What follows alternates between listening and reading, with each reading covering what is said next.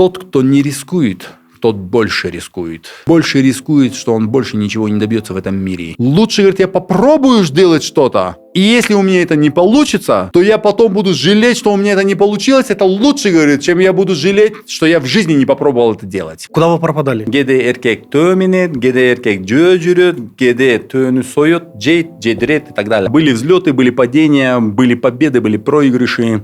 Но, как меня учил мой тренер, главное не вешать перчатки на гвоздик и не уходить. Упал, встал, пошел дальше. Упал, встал, пошел дальше. А 99% людей, они падают и не встают. Про учиться на своих ошибках, какой урок вы извлекли? Опыт – это сын ошибок трудных. То есть, опыт – это сын полосы. Ошибка – это отец от осы. Не будет ошибки, не будет опыта. Не будет папы, не будет ребенка. Опыт приходит не иначе, как через ошибки. Стали намного закаленнее, намного энергичнее. Это Железобетонно. И то, что со мной происходило ранее, как у меня один тренер научил в моей жизни: Тимур, все, что происходит с тобой, это не с тобой, а для тебя.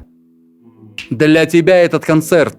И эти знания, и эти обстоятельства, и эти победы, и эти проигрыши. Это все было для нас. И это было важно, и это было нужно. Потому что есть миллионеры, которые знают, как стать миллионерами, но они не знают, как падать вниз.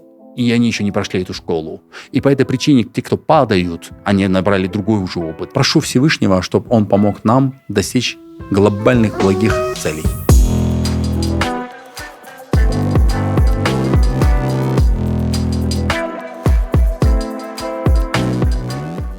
Здравствуйте, дорогие подписчики нашего YouTube-канала. Добро пожаловать на новый выпуск. Сегодня у нас эксклюзивный гость, которого мы еле уговорили. Сегодня у нас в гостях Тимур Фазиев. Добро пожаловать. Сколько лет вас не видели? Приветствую вас, салам алейкум. Сразу давайте начнем с вопроса, куда вы пропадали, где вы были? В принципе, наверное, этот вопрос ответить можно по-разному. Я, наверное, отвечу таким образом, что у меня было в целом в моей жизни разные ситуации. Gede erkek töminет, gede erkek жүрет, gede төнü соет, джедрет и так далее. Там разные варианты, в общем. В общем, были взлеты, были падения, были победы, были проигрыши. Но, как меня учил мой тренер, главное не вешать перчатки на гвоздик и не уходить. Упал, встал, пошел дальше. Упал, встал, пошел дальше. А 99% людей, они падают и не встают. Угу. Вот как-то так. Обратно вернулись, иншаллах. Слушайте, давайте про цифры, да, как раз таки. На данный момент Elite House сколько имеет капитала, сколько имеет вообще квартир, в общем, сколько вы построили, какой у него доход, какое у вас состояние? Про деньги.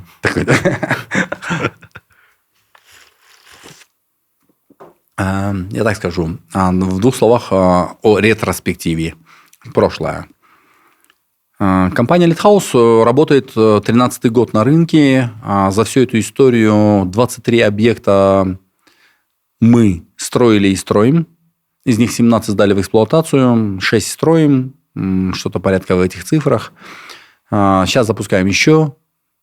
Может 5, может 10 проектов. От 5 до 10 проектов планируем запустить. За всю историю мы построили около 1 миллиона квадратных метров. 1 миллион квадратных метров – это в среднем 12 тысяч квартир. Ориентировочно. И то есть 12 тысяч семей. По 5 человек – это 60 тысяч человек, грубо говоря. В среднем компания работала за всю историю, в среднем 1000 людей в этой организации работает. Первые 3 года там 500 человек работало, а потом уже 1002. Посчитайте, 10 лет компания уже создает от 1000 до 2000 рабочих мест.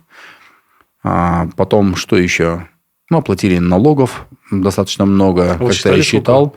Да, где-то 500 million, может быть, или 1 миллиард сомов. Это было еще лет 7-8 назад, были такие цифры, когда я тогда управлял.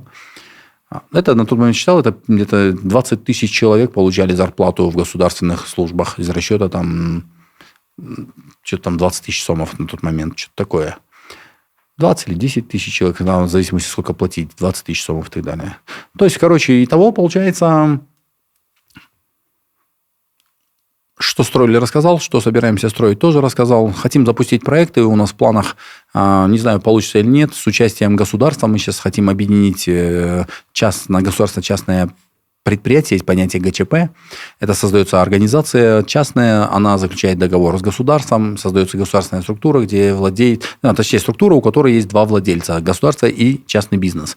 И вместе мы хотим запустить очень много серьезных проектов. Спортивные, там, олимпийские деревни на Иссык-Куле хотим, рассматриваем. Потом туристические зоны, туристический кластер в самых лучших супер-эко-секси местах, таких как Сусамыр, Арсланбоб, Жетөгүз, Кокджайик, Кегети, вот самые же крутые: зелень, джайлек, горы, природа, река, лес, воздух. Вот там хотим сделать такие деревни, барнхаусы, афреймы, американские горки, ишак, лошадь, баги, квадроциклы, эндуро, мотоциклы, воздушные шары, джипинги, трекинги, велотрекинги, альпинизм и так далее. И все это сделать, все это будет малой авиацией. 2-3-4-местные самолетики летают сразу через час там, через час здесь, как я вам рассказывал ранее.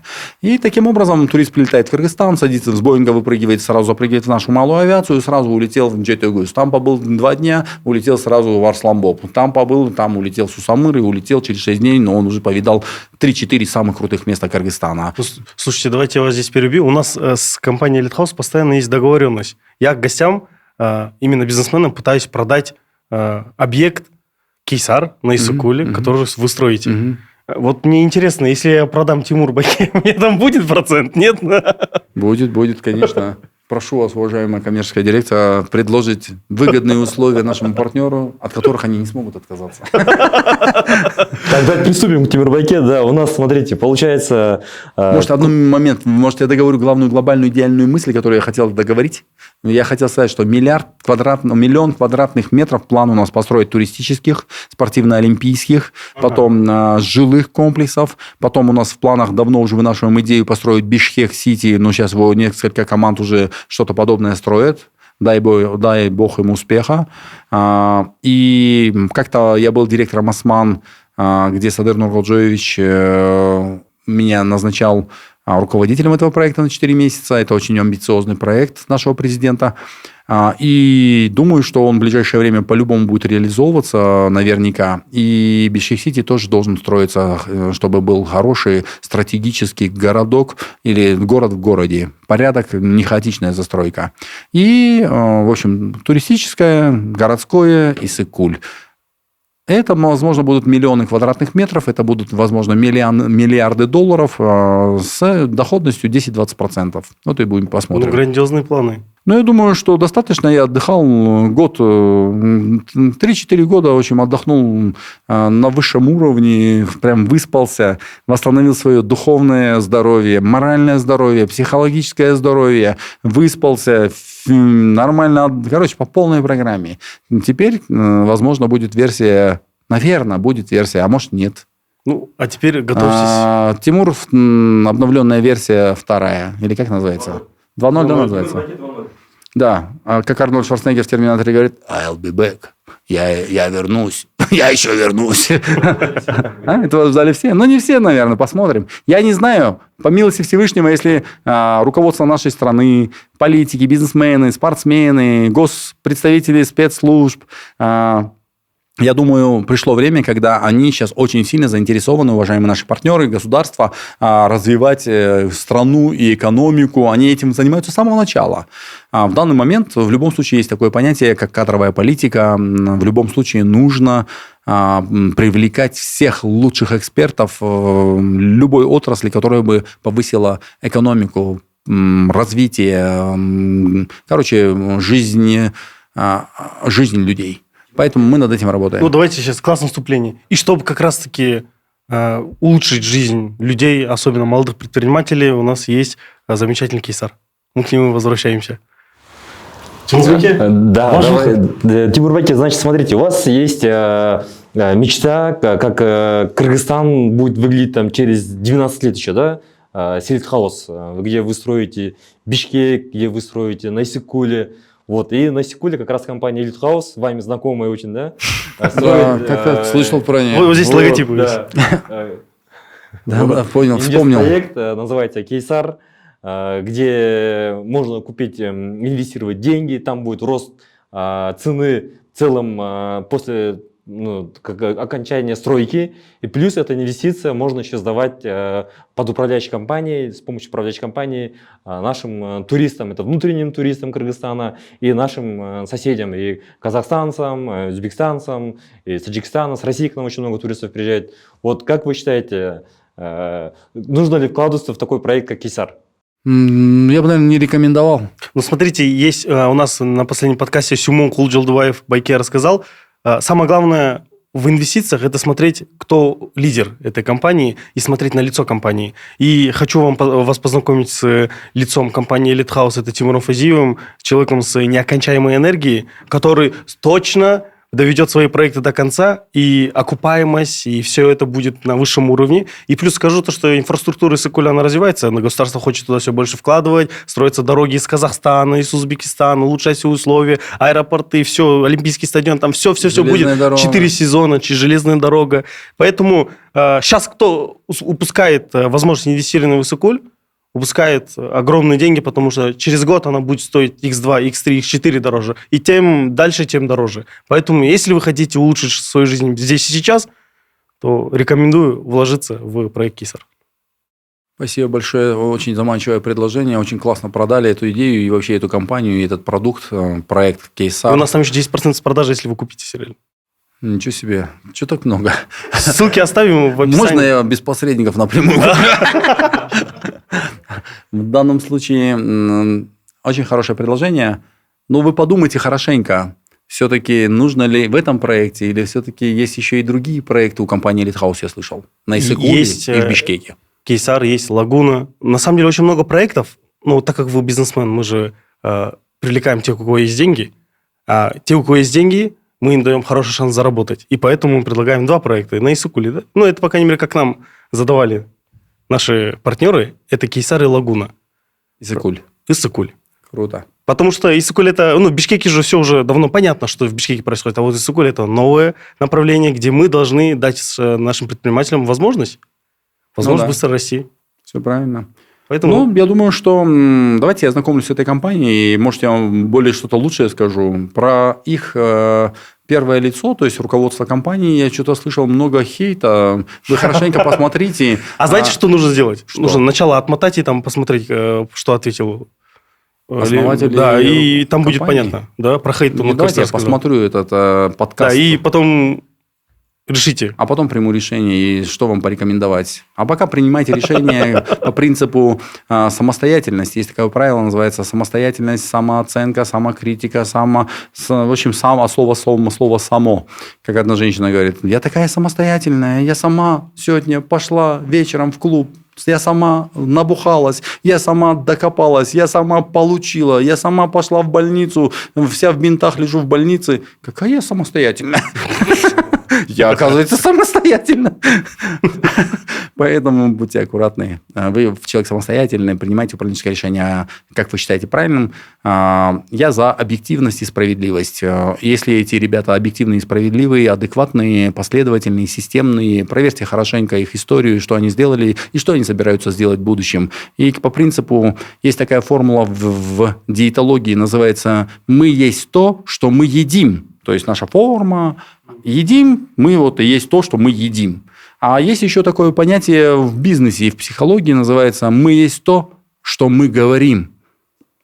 Вот поэтому вы сходите и поговорите, и послушайте, и там многое будет понятно. Внимательно. Пообщайтесь. Давайте. Если что, пригласите меня. Я бы тоже хотел с этим пообщаться. Наверняка интересный человек. Да я вас познакомлю. Договорились. Подкаст услышите, я вас познакомлю. Все, супер. А сколько я буду вам за это должен? Еще процентов доплатить? Ну, при покупке недвижимости в жилом комплексе Кейсар. Просто инвестировать. А там проценты уже наши, да. Все, супер. Делиться не будете этим процентом? Ну, если вы будете молниеносно инвестировать и большие суммы, то делиться будем. Ну, окей, я подумаю. Спасибо. Про упал. Наверное, у многих зрителей сразу возникает вопрос, потому что я читал некоторые комментарии под вашими новыми рилс и постами, и очень большой поток хейта пошел, да? Это связано с последними новостями, и хочется, знаете, слова, комментарии от вас услышать, потому что мы от СМИ получили уже, и хочется вот теперь с вашей стороны узнать, что на самом деле происходило. Происходило много чего. Процесс вообще, я вам так расскажу. Любой мужчина, прежде чем он станет мужчиной, или любой парень, который хочет стать чемпионом, любой человек, он обязательно должен участвовать в самой бурной деятельности самых активных процессов страны или мира. Кто в каком секторе, в общем, крутится. Мы бизнесмены, мы, скажем, такие общественные, такие СМИ, там, медийные какие-то личности, ну, как и по-разному можно назвать. В прошлом, в настоящем мы просто бизнесмены, немножко, возможно, и медийные.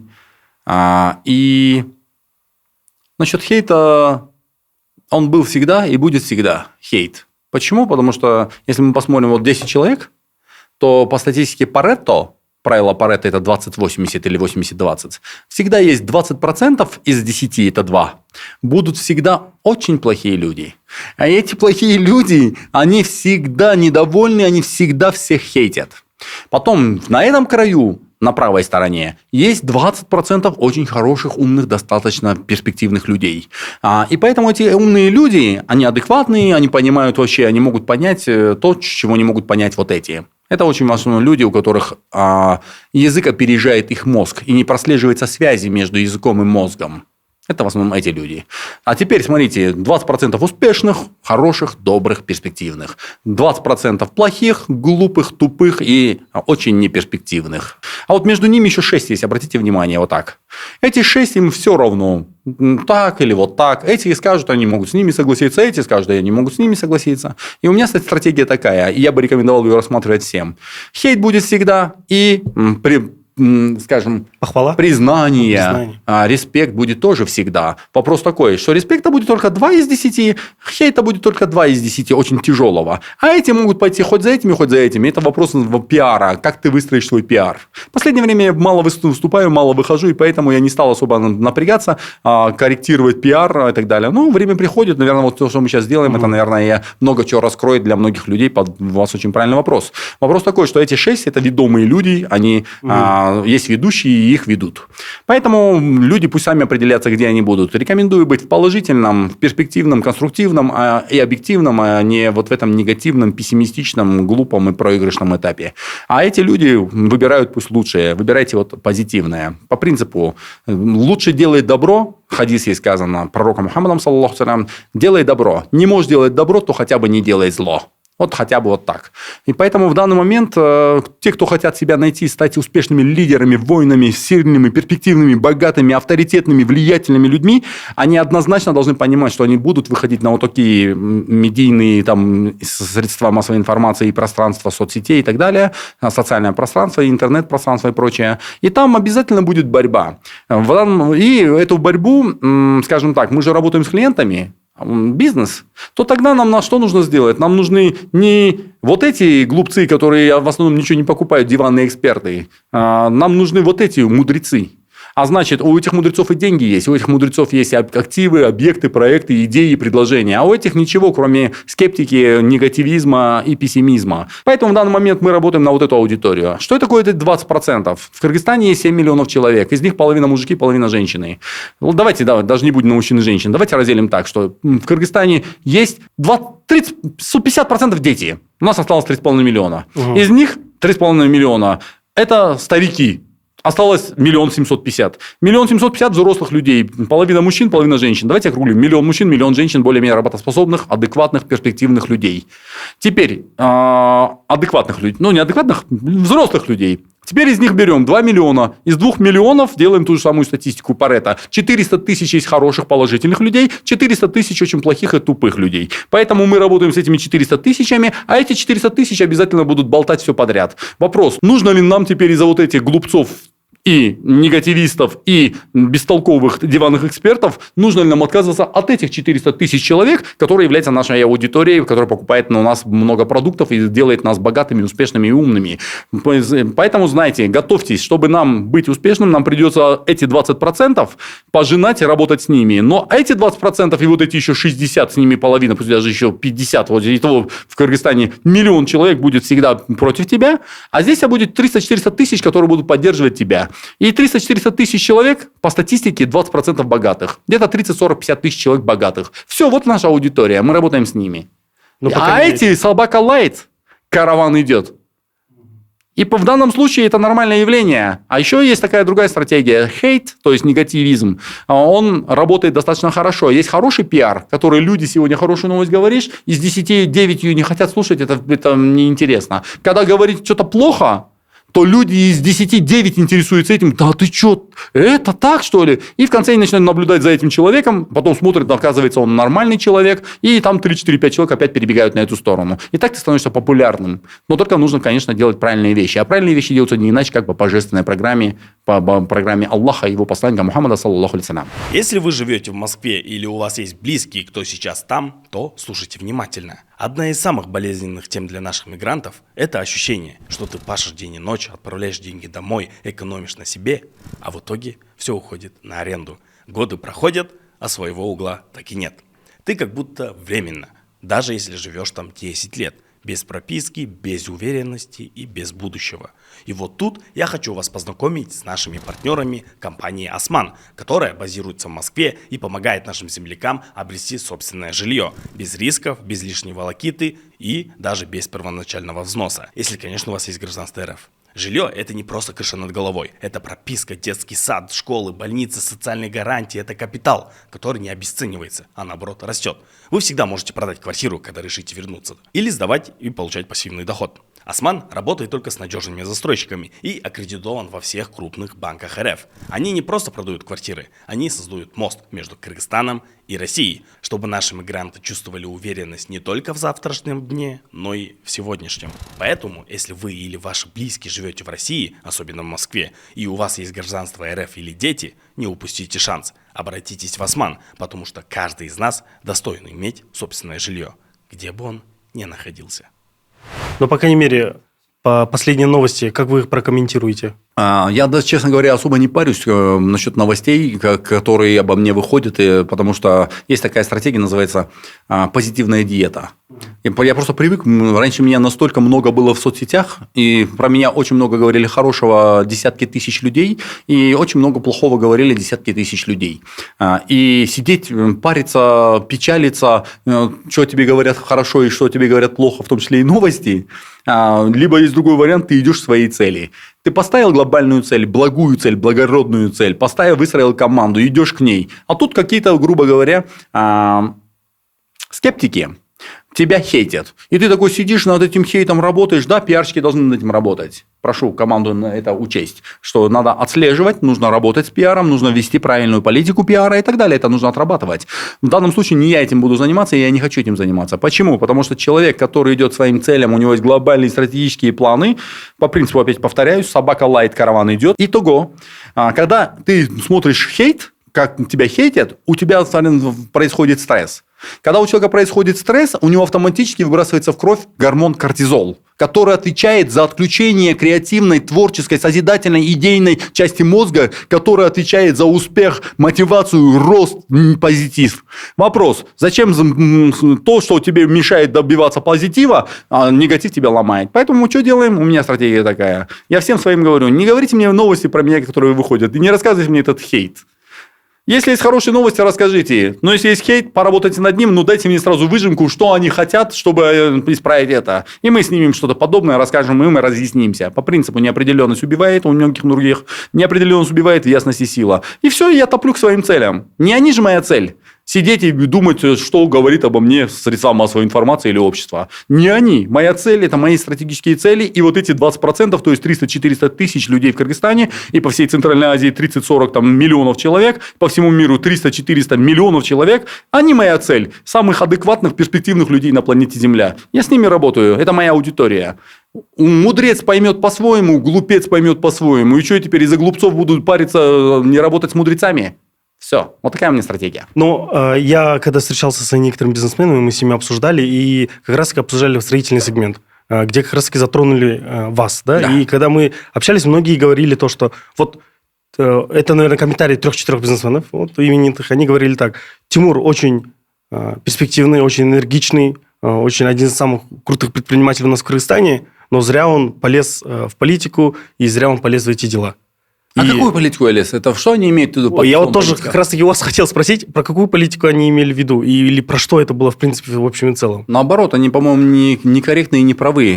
Меня в политику зовут уже с 2012 года, как я стал, грубо говоря, там 13-14 года мультимиллионером. С того времени меня звали в политику много различных партий, джаматов, команд и прочее. Ни в одну партию я в жизни не вступал, никогда в жизни одиночка не выдвигал свою кандидатуру, и именно в политику как раз-таки я всегда обходил. Поэтому я тот человек, который в политику ни в Кыргызстане, ни в других странах мира никогда не вмешивался. Наоборот, моя сильная сторона, что у меня была политика именно такая, личная моя политика. Один говорит, если ты не в политике, это тоже политика. Я, понимая это, сразу принял решение, что я не иду в политику. Меня кто бы ни звал, я не пойду. Я бизнесмен. Я профессионал, эксперт в области бизнеса и бизнес-образования. Поэтому зачем мне расфокусироваться? А пророк, саллаллаху алейхиссалям, по этому поводу сказал вот так. Если ты будешь выбирать профессию, то выбирай из 10 профессий 9 торговля, бизнес. Потому что в ней есть благо, баракат. И я понял, что я буду торговцем, я буду бизнесменом. Вот такая... Они, походу, не отслеживают объективную информацию. Были некие ошибки? Конечно. Ошибки были всегда, и будут у всех из людей. Потому что Всевышний гарантирует, что если бы вы не грешили, Всевышний в Кудси Хадисе говорит, если бы вы не грешили, то я уничтожил бы этот народ и создал бы другой народ, который грешил бы, и те из них, которые грешили бы и просили бы у меня прощения, то есть выполняли божественную программу, то я, говорит, непременно бы их прощал. А вторые, кто не будут просить прощения и не выполнять божественную программу, они, естественно, будут не прощены и уйдут в ад. В моем понимании, как его описано в этом хадисе. Поэтому в данный момент я хочу что сказать, что ошибки были и будут. Вопрос. Главное понять ошибку, принять ошибку, принять, исправить ошибку, заплатить за свою ошибку и дальше идти и стараться больше не ошибаться, учиться на своих ошибках. Про учиться на своих ошибках, какой урок вы извлекли? Очень много уроков. На многих ошибках я извлекал очень много уроков. Пушкин, достаточно умный человек был такой, многие наверняка его знают. Он такие слова говорил. Даже он. Это не его слова, это слова Всевышнего, переданные ему, но он их извлек. Опыт – это сын ошибок трудных. То есть, опыт – это сын баласы. Ошибка – это отец атасы. Не будет ошибки, не будет опыта. Не будет папы, не будет ребенка. Не будет ошибки, не будет опыта. Опыт приходит не иначе, как через ошибки. Но у умных людей. А по этому поводу пророк, саллаллаху алейхи ва саллям, сказал, что моя умма, мусульмане, это те разумные люди, которые дважды не наступают в одну и ту же нору, где их ужалил ранее скорпион. Все, думаем, размышляем, меняем. Пока зрители думают, давайте теперь начнем, приступим к основной части подкаста, потому что мы все-таки не про негатив, но, по крайней мере, вот эти вопросы, которые я задал в начале, их надо было задать. Да, нет проблем. Ну, давайте вернемся как раз-таки к вашей энергетике. И обычно это все у нас прорисовывается с детства. Я знаю, что у вас классное детство прошло в Караколе, если я не ошибаюсь. Нет, детство у меня прошло в Джалалабаде. Я жил 20 лет.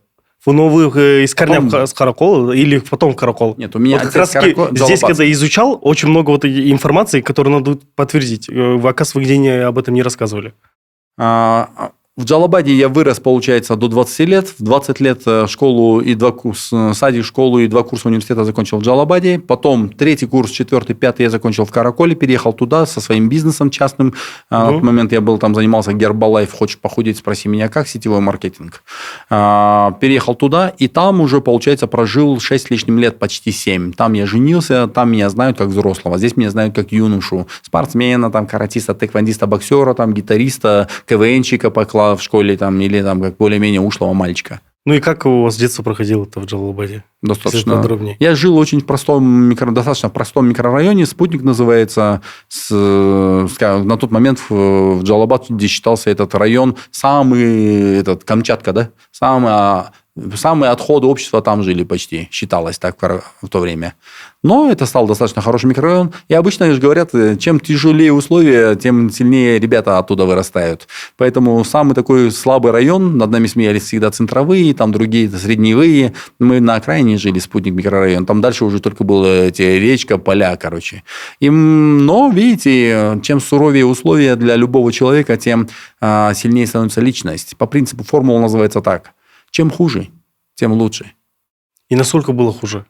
Если, вот, допустим, мы из всех горожан Кыргызстана, Джалабада, нам было хуже, чем всем остальным. Мы жили там имеется в виду, мы жили в самом бедном районе Джалалабада. Естественно, нам было хуже, чем все остальные. Если это описать. А мои друзья центровые, ровесники и одноклассники центровые, они были все успешные, их родители были богатые, они ездили на личных машинах отцов, они приезжали в 8 классе на папиных машинах, а мы на тот момент даже велосипед не имели. Все девчонки на них смотрели, все, дружили, там музыка, машины, а мы пешком с веником на субботник приходили. Мы на них смотрели и думали, как повезло им и как не повезло нам с нашими родителями.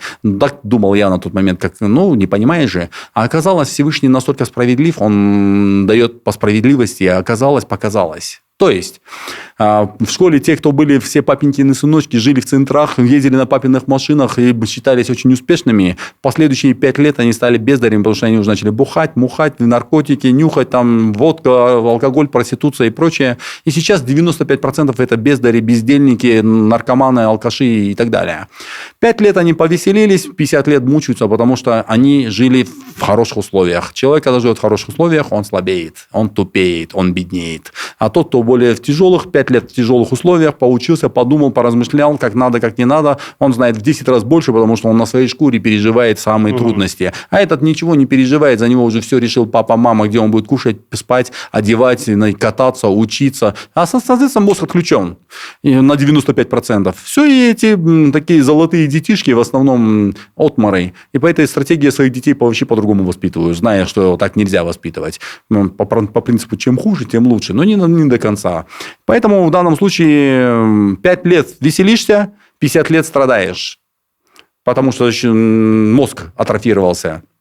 Здесь наоборот было у нас. Мы 5 лет помучились, скажем, там, с 13-15 лет до 20, чтобы найти себя, включиться, определить стратегические цели, выработать в себе навыки труда, терпения, выносливости, харизмы, целеустремления, голод, страстное желание достичь успеха.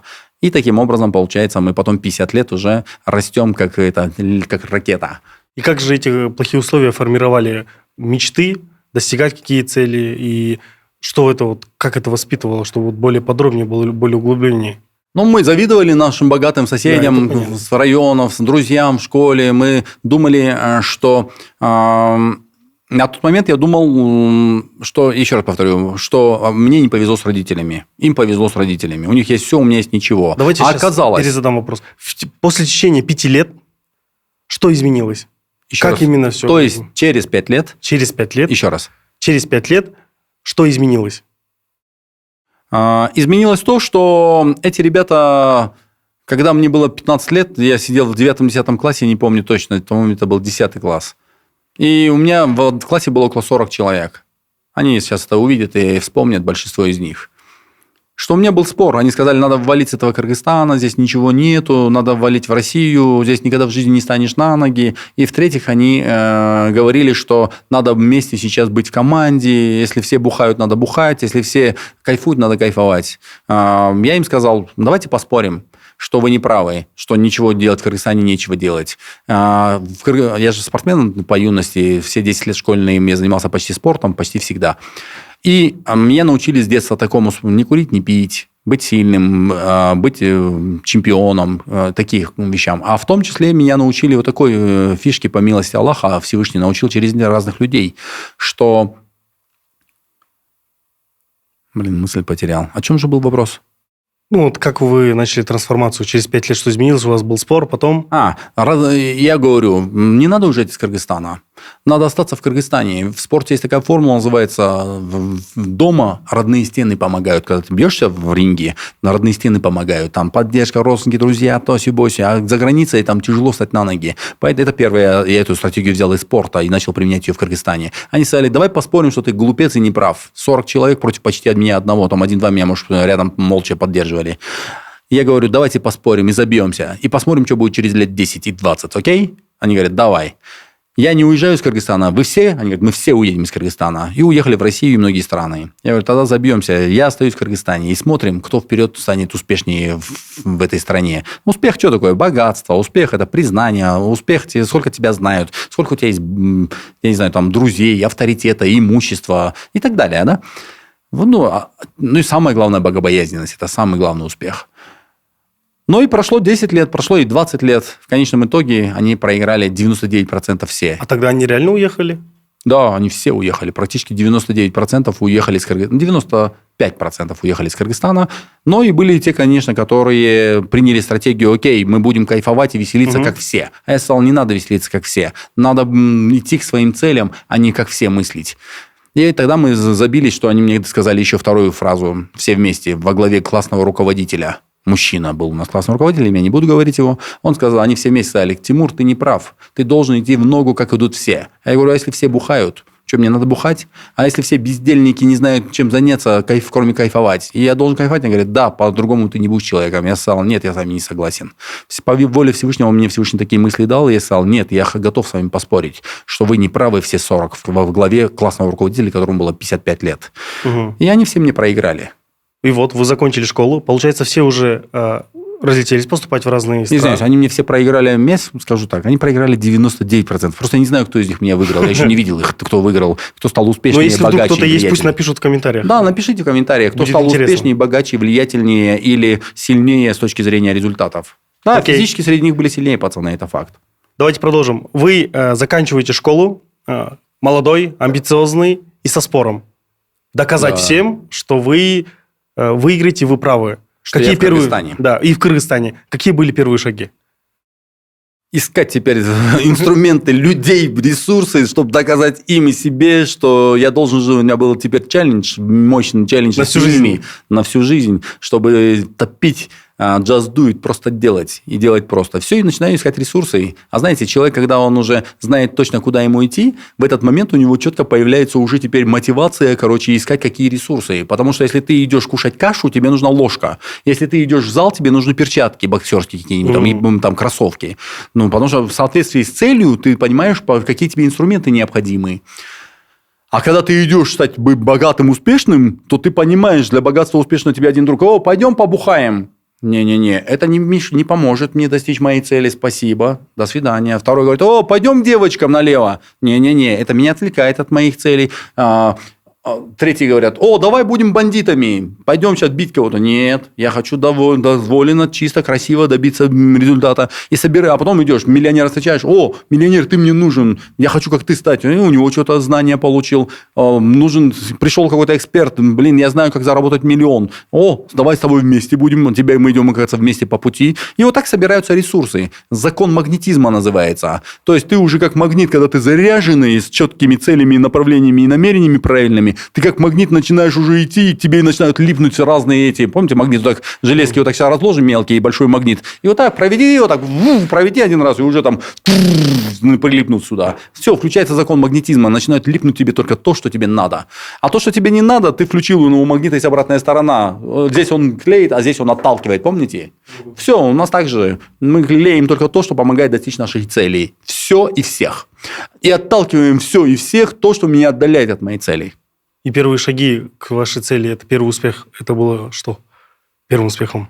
Наверное, как минимум, само намерение – это раз. Оно же и есть цель – два. Потом, что такое достичь цели? Это тогда, когда ты ставишь четкий план, четкую цель, и после этого ты думаешь теперь, как найти все эти инструменты, и после этого ты должен теперь найти маршрут, куда идти.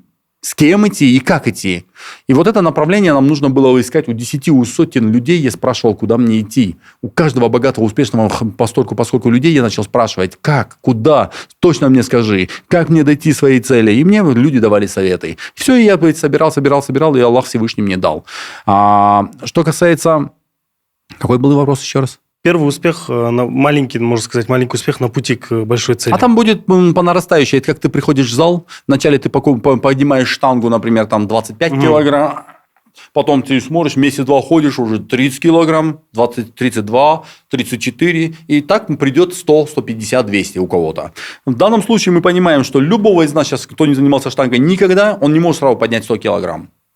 Или 200. Почему? Потому что, чтобы поднять 100 килограмм, ты должен был 10 лет ходить, регулярно тренировать скелет, мышцы, суставы, связки, регулярность, дисциплина, сны, время, питание, сон, лечение, целеустремленность, тренера правильные и прочее, зал, правильные инструменты. То есть, тогда есть шанс, что ты будешь повышать результативность. Так же и бизнес. Ты там вначале я продавал на базаре веники, тряпки, шашлык, кофе, мороженое, газ-вода. Потом, не смотрю, уже тысячные, в начале 10-сомовые, 2 сома газ-вода, 3 сома пирожное печенье. Потом по 1000 сом начал продавать, по 100 сом, потом по 1000 сом товар начал продавать. Потом, помню, по 100 баксов начал продавать Гербалайф, купил мне комплект, там 20-30 баксов моя прибыль. О, ништяк поперло, там научились своими вещам, продажи, переговоры, уметь одеваться, там какие-то костюмы там полусоветские.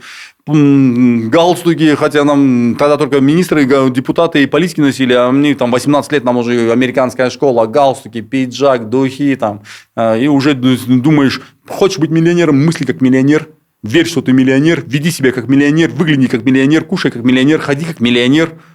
Все этим вещам нас учат, и мы начинаем уже там делать вид, что мы как миллионеры, под миллионеров косим. Это как боксеры, приходят в зал, никогда в жизни не боксировались, первый раз, давай побоксуйся, и он такой... Есть же там что-нибудь такое, похожее что-то на кенгуричный бокс какой-то, кенгуру. Это нормальное явление. Главное, цель есть, пацан хочет, топит, или девчонка. Вы говорили, что вы собирали направления у разных людей спрашивали, и какой совет оказался самым ценным по итогу? Я извиняюсь, чуть-чуть добавлю по предыдущей. 100 баксовый товар. Потом я помню, начал продавать товары по 1000 баксов, зарабатывать сотни баксов. Это была уже недвижка, автомобили, дешевая недвижка. Цены были на квартиру в Караколе где-то 1000-2000 баксов.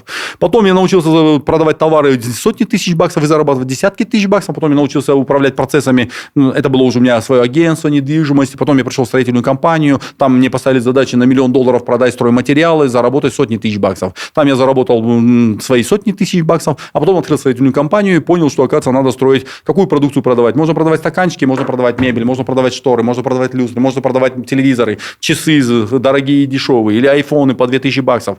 Но есть самый дорогой продукт. Это называется недвижка. В Кыргызстане массовый товар – это недвижка. Лучше, чем недвижка, товар в мире считается... может, и есть какой-то нефть, там, но это все под землей, и это монополизировано. Или там золото. И мы решили взять самую из простых людей, кто может заниматься, это недвижка. Товар стоит 100 тысяч баксов, продал, заработал 2-3 тысячи баксов как посредник. Научились продавать, поняли, 100 квартир продали за всю жизнь, по 2000 баксов заработали, 200 штук, а потом думаем, раз 100 продали, зачем теперь зарабатывать $2000 с квартиры? Давай будем зарабатывать 5000 или 10 тысяч баксов с квартиры путем, что мы теперь не будем продавать чьи-то квартиры, а берем, построим свои квартиры, продадим и заработаем по 5000 баксов с квартир. И вот так мы начали продавать 1000 квартир и зарабатывать 5 миллионов баксов. Вот так идет, все началось с цены стоимости одного газводы стоимостью 50 тысяч. Мы к этому сейчас еще вернемся. Да. Давайте сейчас вопрос задам. Когда вы искали совет, направление, у разных людей спрашивали, какой совет оказался самым ценным в вашей жизни? Самый важный ценный совет в моей жизни, если говорить о бизнесе или говорить о бизнесе двух миров, то самый главный совет был прийти в божественную программу, вернуться на самый основной прямой путь, который ведет к успеху во всех смыслах его понимания, в обоих мирах. Это не иначе, как божественная программа, это религия Всевышнего Господа миров, ислам. Это вот самый лучший совет в моей жизни, кто мне его дал, и тренировал, и научил, и направил по милости моего Господа эти люди. Это пусть Всевышний будет ими доволен. Потом, что касается дуньяви, то есть мирского этого мира только, там 2 мира мы побеждаем, чемпионы мира 2 миров. двух миров, чемпионом миров. А здесь чемпион мира этого мира, то советы были в основном бизнесовые. Я ходил на много разных тренингов, сетевой маркетинг, посещал много разных тренингов и работал в этой области, где нужно было уметь продавать, уметь вести переговоры, уметь организовать себя, уметь стать выносливым, терпеливым, сфокусироваться на своей цели, последовательным, системным, командным. Это много тезисов. Но кто в этом участвовал, как мне понравился ответ на этот вопрос, как ответил Арнольд Шварценеггер. Мы как-то оба, и он, и я, выступали в Санкт-Петербурге на сцене, арена, не помню, как называлась, там 20 тысяч. Зинт-арена, да, самая большая, Газпром-арена, да. Там 20 тысяч участников было. Я тоже был приглашен как спикер. И Арнольд Шварценеггер там тогда такие хорошие слова сказал. Именно эти слова хорошие.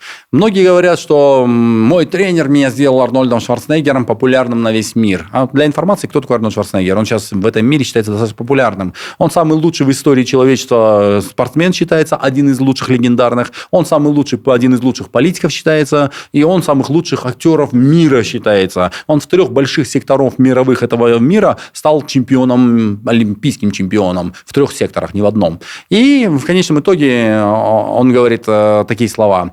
Вы думаете, Арнольдом сделал меня тренер? Нет. Вы думаете, Арнольдом меня сделал учитель в университете? В школе? Нет. Не только. Меня, чтобы сделать Арнольдом Шварценеггером, минимум учило 10 тысяч человек. Начиная от моей матери, которая меня научила первое слово. Скажи, Балам, сыночек, мама. Скажи, сыночек, это пиалка, это ложка. Мама меня учила, папа меня учил, улица меня учила драться, школьники меня учили защищаться, учителя меня учили сидеть за партой и заткнуться. И, короче, и того, в моей жизни соседи меня учили, враги меня учили, друзья меня учили и так далее. Десяток тысяч человек. Всем им, говорит, спасибо. И результат моего успеха – это результат обучения 10 тысяч людей в моей жизни. Естественно, он человек, не верующий в Бога, в единого Господа миров, и он не признал его. Я добавлю то же самое, как Арнольд. Десятки тысяч людей участвовали в моем воспитании и получал у десятков тысяч людей наверняка какие-то косвенные онлайн и офлайн месседжи и тезисы. Но самая главная хвала Всевышнему принадлежит, который всех этих людей ко мне отправил и меня воспитал посредством того, что захотел мой Господь Аллах. Наверное, все, кто сейчас смотрится, задались одним вопросом. Как выйти на такое огромное количество людей?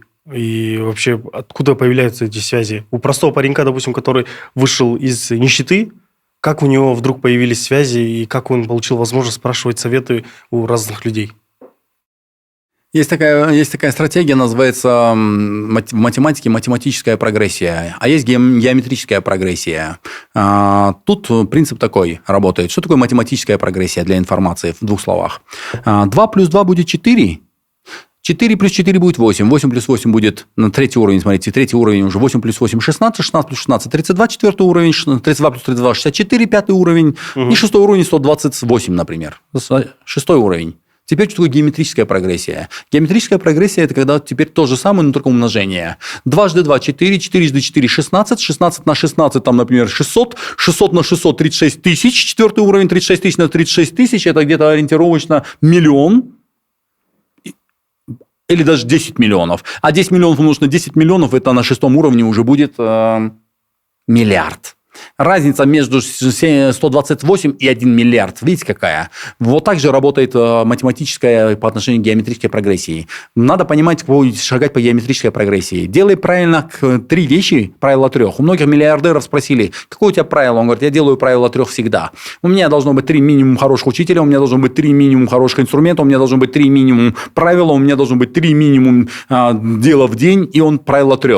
Каждый день он делает все 3. В среднем, чтобы не перегружаться. Но самых главных приоритетных аспектов. По этой причине я вам скажу так, что не нужно думать, что у вас появится сразу 1 миллион подписчиков или 1 миллион человек, которые вас будут знать, и 1 миллион человек, которые захотят вложиться в вашу идею или в вас, или в ваш проект и купят у вас продукцию. Чтобы это случилось, ты должен поработать вначале как минимум с 3. Вначале разберись с самим собой.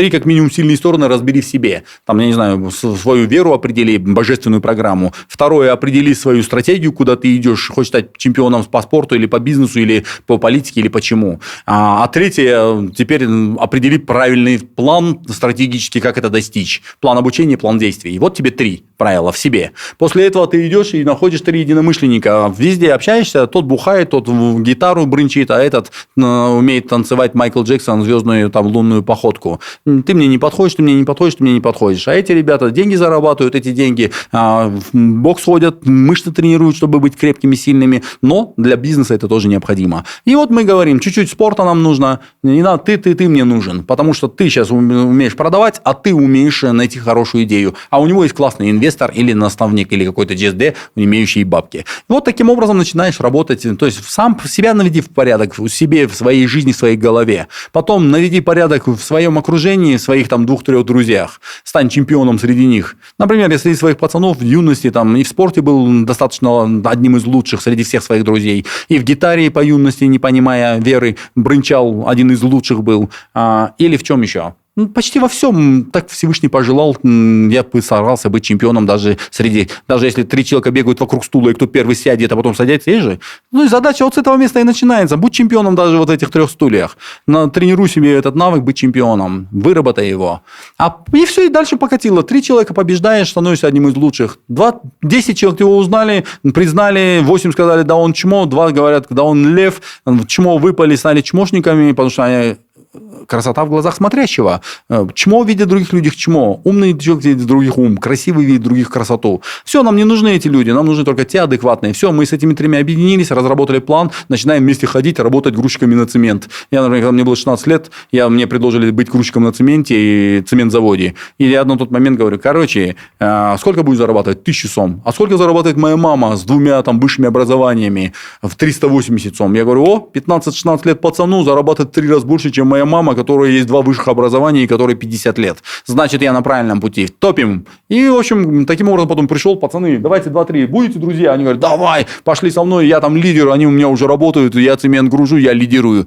То есть, вот так собираются уже закон магнетизма. Так же будет у вас у всех, кто обзаведется этими целями. Главная цель, еще раз, бизнес, в первую очередь, который будет с Господом миров, то есть в соответствии с божественной программой. 2 цель – это бизнес в этом мире. Вот кто хочет стать бизнесменом, не бойтесь, топите. И там как штанга. Вначале будешь 25 килограмм поднимать, потом 45, потом 90, потом 120. А все другие, это будет через 5-10 лет. Тимур Байке, вот как раз для тех, кто хочет стать бизнесменом, хочет стать богатым, говорят, первым делом научись навыкам продаж. Вот вам легко дались навыки продаж в начале вашего пути? Я бы сказал, что не в первую очередь навыки продаж нужны для бизнесмена. В первую очередь нужно поставить намерение, что стать бизнесменом или спортсменом или спиртсменом. Или бизнес, или бабки, или политиком. В данном случае намерение ставишь, как и в исламе. Вначале человек должен поставить правильное намерение. Потом, когда он уже понял, что делать, а потом он уже теперь будет, как это делать, то там, как это уже теперь, там идет продажи. Один из важнейших инструментов для бизнесмена. 2. Выглядеть. Продай себя. Прежде продай себя имеется в виду, ты приходишь, внешний вид у тебя опрятный, и уже симпатичный парень. Наверное, раз он в порядок себе свою одежду привел, наверное, у него и в голове в порядке. Такой раз, а что у тебя в голове? Расскажи-ка, что у тебя? И ты такой... начал говорить, я вообще-то пришел сюда учиться, я слышал, что вы мастер спорта, я ученик, расскажите мне что-нибудь новое. Формула такая называется.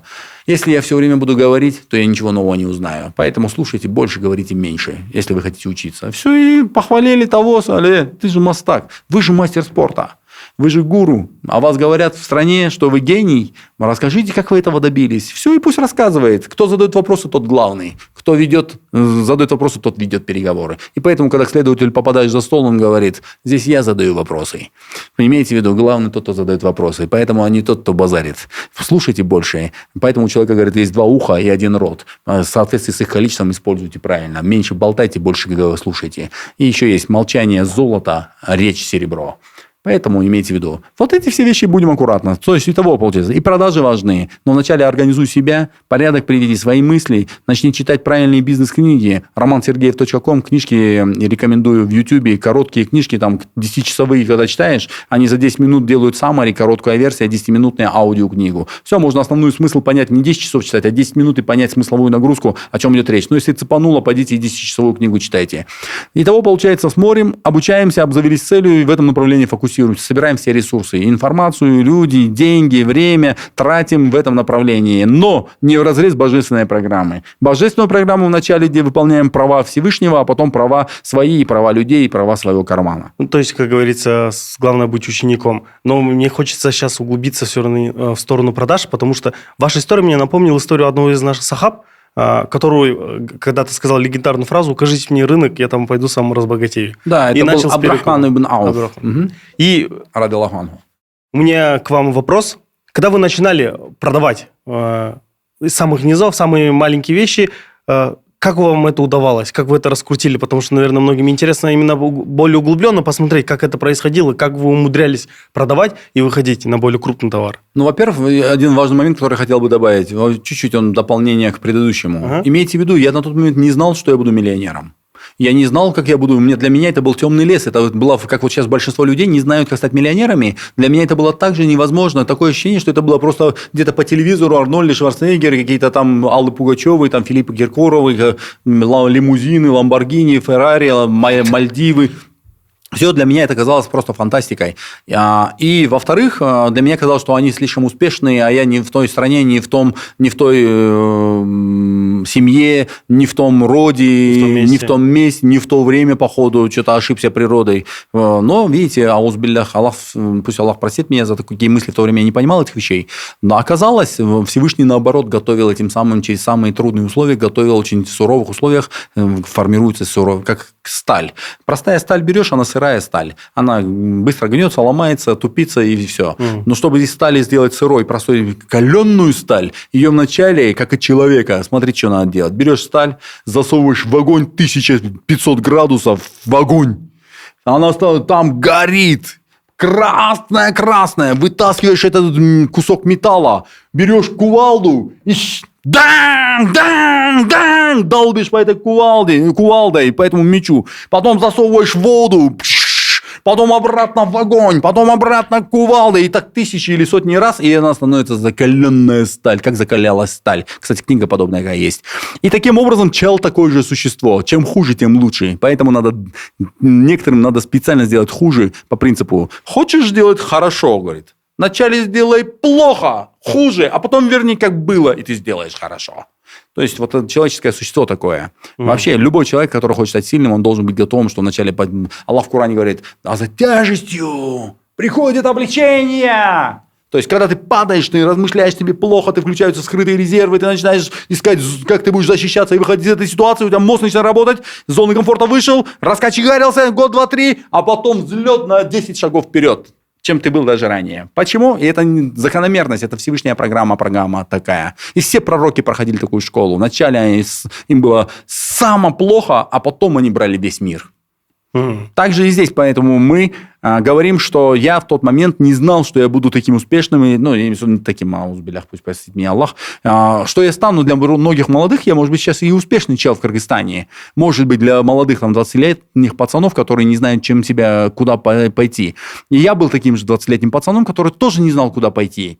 И у меня появилась цель создать, получается, много подобного контента, материала, чтобы рассказать этим людям, что, знаете, что неопределенность убивает, да, в ясности сила, да, но я этого не знал на тот момент. Поэтому были такие, Всевышний пожелал, мне дал мысли, чтобы я стал успешным, богатым, намерения, и я начал искать ресурсы. И Всевышний мне их открыл через 1000 разных инструментов. Также и вам откроет. Главное, выберите Всевышнего, заключите с ним договор, завет с Всевышним, живите по его божественной программе. Не воруйте, не бухайте, к женщинам левым не ходите, и вы держите договора, обещания выполняйте, возвращайте долги, и не кидайте, будьте порядочными, честными, скромными, воспитанными, сильными, целеустремленными, одаренными. И таким образом успех обязательно Всевышний вас одарит успехом. Я так убедился в этом. И поэтому мой месседж для молодежи именно в этом и заключается. Везде, где бы я ни находился, я всегда хочу людям передать основной месседж. Не теряйте надежду. Только шайтан потерял надежду на Господа миров. Не теряем надежду, топим, ставим благие цели и топим, собираем все ресурсы.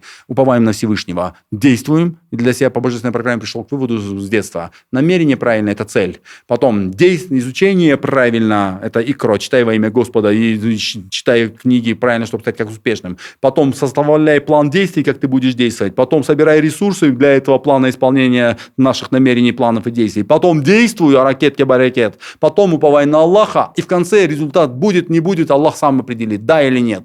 Но там будет, Аллах говорит, гарантирую я тебе, дам это, либо в этом мире, либо в следующем мире. И поэтому в любом положении мы в победе. Ну, наверное, зрителям тоже все показалось, вы тоже стали намного закаленнее, намного энергичнее. Это железобетонно. И то, что со мной происходило ранее, как меня один тренер научил в моей жизни: Тимур, все, что происходит с тобой, это не с тобой, а для тебя. Для тебя этот концерт, а не с тобой этот концерт происходит. Этот концерт для нас происходил. И эти знания, и эти обстоятельства, и эти победы, и эти проигрыши, это все было для нас. И это было важно, и это было нужно. Потому что есть миллионеры, которые знают, как стать миллионерами, но они не знают, как падать вниз, и они еще не прошли эту школу. И по этой причине те, кто падают, они набрали другой уже опыт. Здесь ты знаешь, как право, здесь у тебя как лево. И ты уже эксперт, потому что в следующий раз, когда ты будешь делать, к тебе приходят мудрые люди и говорят, даже недавно ко мне один человек пришел и говорит: Тимур, я хочу заключить с тобой контракт на сумму, где я заработал бы 5 миллионов баксов стройка. И я ему говорю: а почему ты хочешь, чтобы я работал с тобой, именно со мной? Это было несколько месяцев назад, после уже всех вот этих американских горок, я их называю. Он мне говорит: ты знаешь, Тимур, я вот тебя выбрал потому, что, говорит, ты прошел и школу как надо делать, и ты прошел школу как не надо делать, а большинство ее еще не прошли. Опыт подразумевает и положительный, и отрицательный – это опыт. Потому что у многих только есть положительный, но они еще не прошли отрицательный. Например, ты женился, живешь, и ты не знаешь, что такое развод, раздел, разборки, и для тебя это страшно и печально. Но когда ты уже женился и живешь, а потом развелся и все эти, прошел эти горки, то в следующий раз ты уже спокойно к этим вопросам относишься, потому что у тебя выработан иммунитет, или у тебя выработан антибактериальная система на эти бактерии, на этих паразитов. Неплохо сказано. А поэтому в данный момент то же самое мы говорим. Опыт – это не только когда ты умеешь, знаешь, как делать. Опыт еще знаешь, когда как делать надо и как делать не надо. После этого ты уже становишься экспертом, у тебя в 10 раз эффект будет лучший, потому что ты в прошлый раз ты сделал, а ты не знал, что так нельзя делать. А когда ты уже прошел эту школу и получил за это по башке, после этого ты уже знаешь, как надо и как не надо, и теперь мы делаем, естественно, и мудро. Давайте вернемся к продажам. Давай, брат. И как же у вас получилось из маленького создать что-то большое, перепродавая? В чем секрет был продаж на тот момент?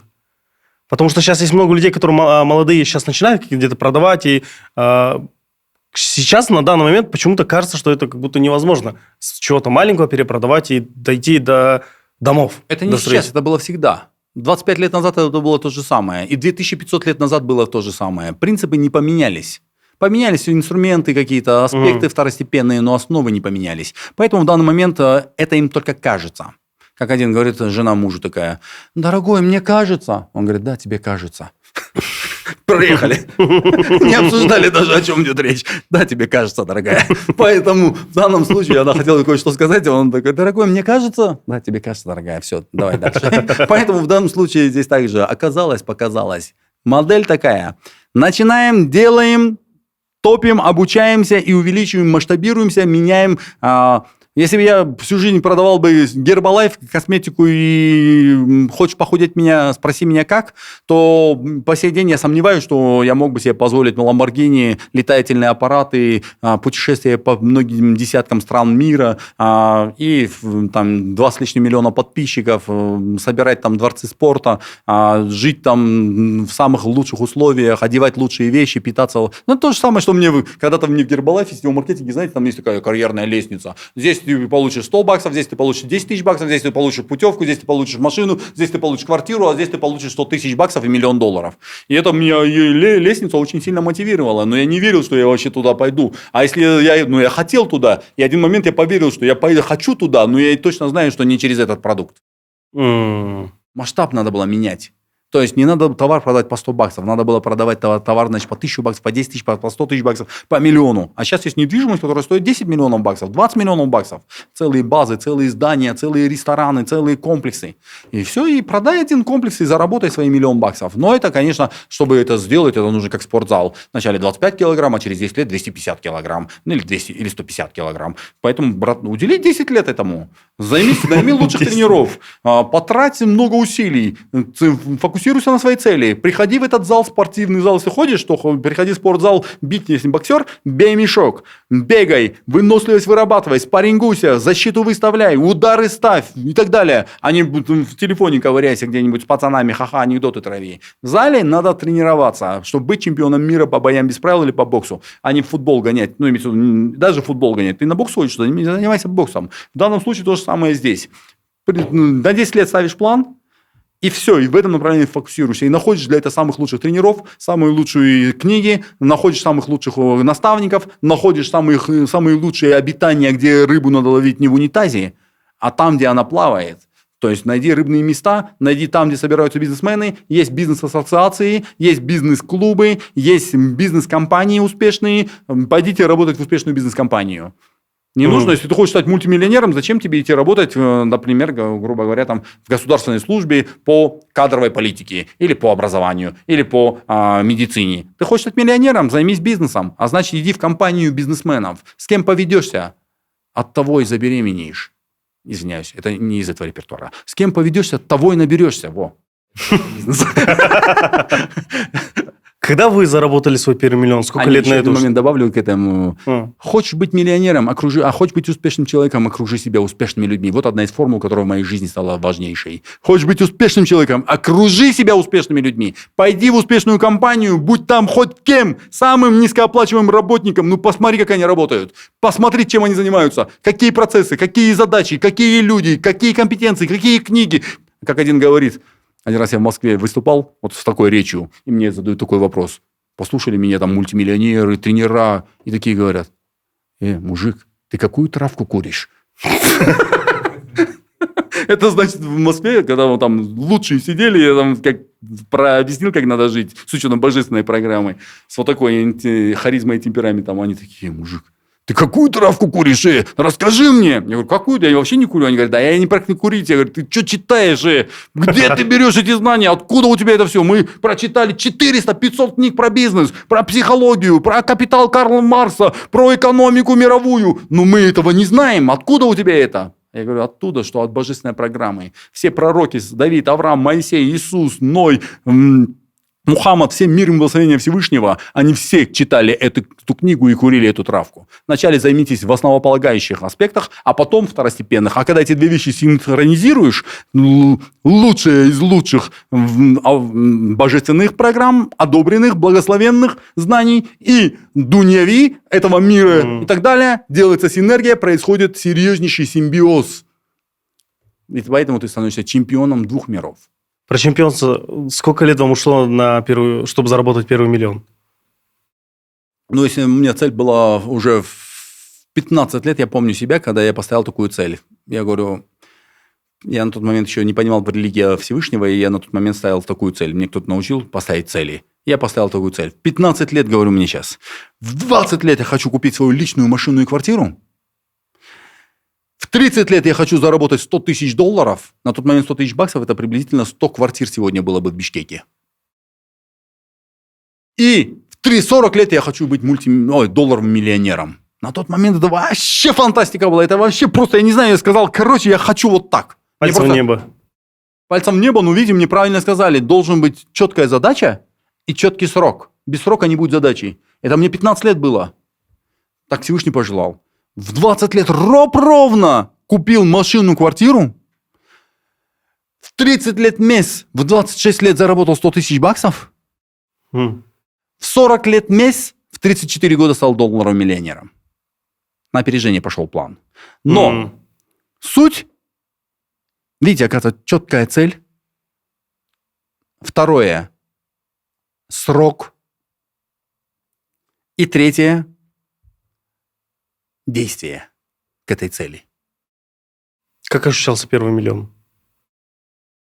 На тот момент я уже был достаточно, оказывается, там, знаете, это как, знаете, когда вы спросите у человека, который поднимает, или как у Хабиба спросите, как вы выиграли Макгрегора? Просто. На тот момент, ты когда уже становишься чемпионом, ты уже к этим вещам относишься нормально. Зреет и мозг. Просто есть такая формула в моей жизни, я часто встречался, меня одни ученые в бизнесе научили таким вещам, в сетевом маркетинге, когда мне было лет 20. Они меня научили такой вещи. Знаете, говорит, среди вас есть люди, миллионеров, есть очень богатые, у них деньги опережают, знания отстают. То есть они из грязи в князи, они из тупизма сразу стали богатые, деньги прилетели, так бывает, случайные деньги. Но знания отстали из грязи в князи. И поэтому эти люди становятся неуспешными, потому что они быстро теряют, и они зазнаются, и нюх теряют. А есть, говорит, среди вас, говорит, людей, очень много знаний, книги начитались, академики, доктора, профессора, академики и так далее.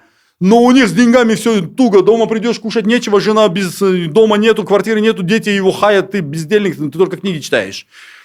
Поэтому эти вещи, говорит, должны быть параллельно. Знания увеличились, и вследствие должны увеличиться и капитал. Капитал чуть-чуть опережает знания, знания должны потянуться к капиталу. И эти вещи должны идти параллельно, тогда ты будешь и богатейшим, и умнейшим, и тогда будет у тебя баланс. Как только вот так или вот так, это идет дисбаланс, все, рушится система. Угу. Поэтому, понимая эту формулу, я для себя сделал вывод, что мне надо качать мозги по-страшному и качать бабло по-страшному. А потом, после 23 лет, я уже понял, что мне надо качать мозги не только с точки зрения бизнесовых знаний, а еще и с божественной программой. Тогда это стало и синергией. И поэтому москвичи, миллионеры, и MBA-щики, и академики, и профессора, и многие чемпионы СНГ, русскоязычного на планете Земля, людей, 300 миллионов русскоязычных, среди них, если есть 1000 самых гениев по бизнес-знаниям, и практикующие, в основном там 99% это теоретики, болтают красиво, на словах Лев Толстой, а на деле,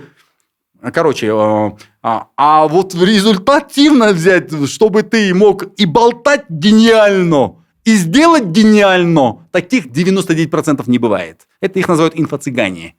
А я для себя сделал, давайте эти две вещи раскочегаем. Знания должны подкрепиться результатами и большими бабками. Бабки должны подкрепиться крутыми знаниями. Я сидел с миллиардерами, миллионерами, с различными политиками, даже шейхами Бахрейна, Омана, Саудовской Аравии, с принцем Абдулязизом, родным братом нынешнего принца.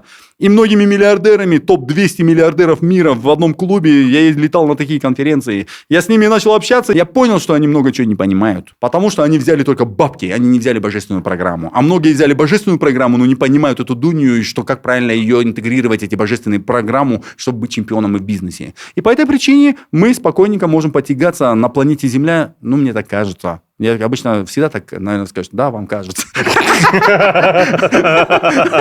Я что-то убежден, что если мне посадят 1000 лучших гениев на планете Земля, русскоязычных по бизнесу, потому что есть такой Игорь Рыбаков, миллиардер, в том числе стал бизнес-тренером, но он стал вначале миллиардером, потом стал бизнес-тренером. Я тоже сначала стал миллионером, потом стал бизнес-тренером. И это разумно. Вот с такими ребятами готовы потягаться. Но наша сила, знаете, в чем по отношению к Рыбакову?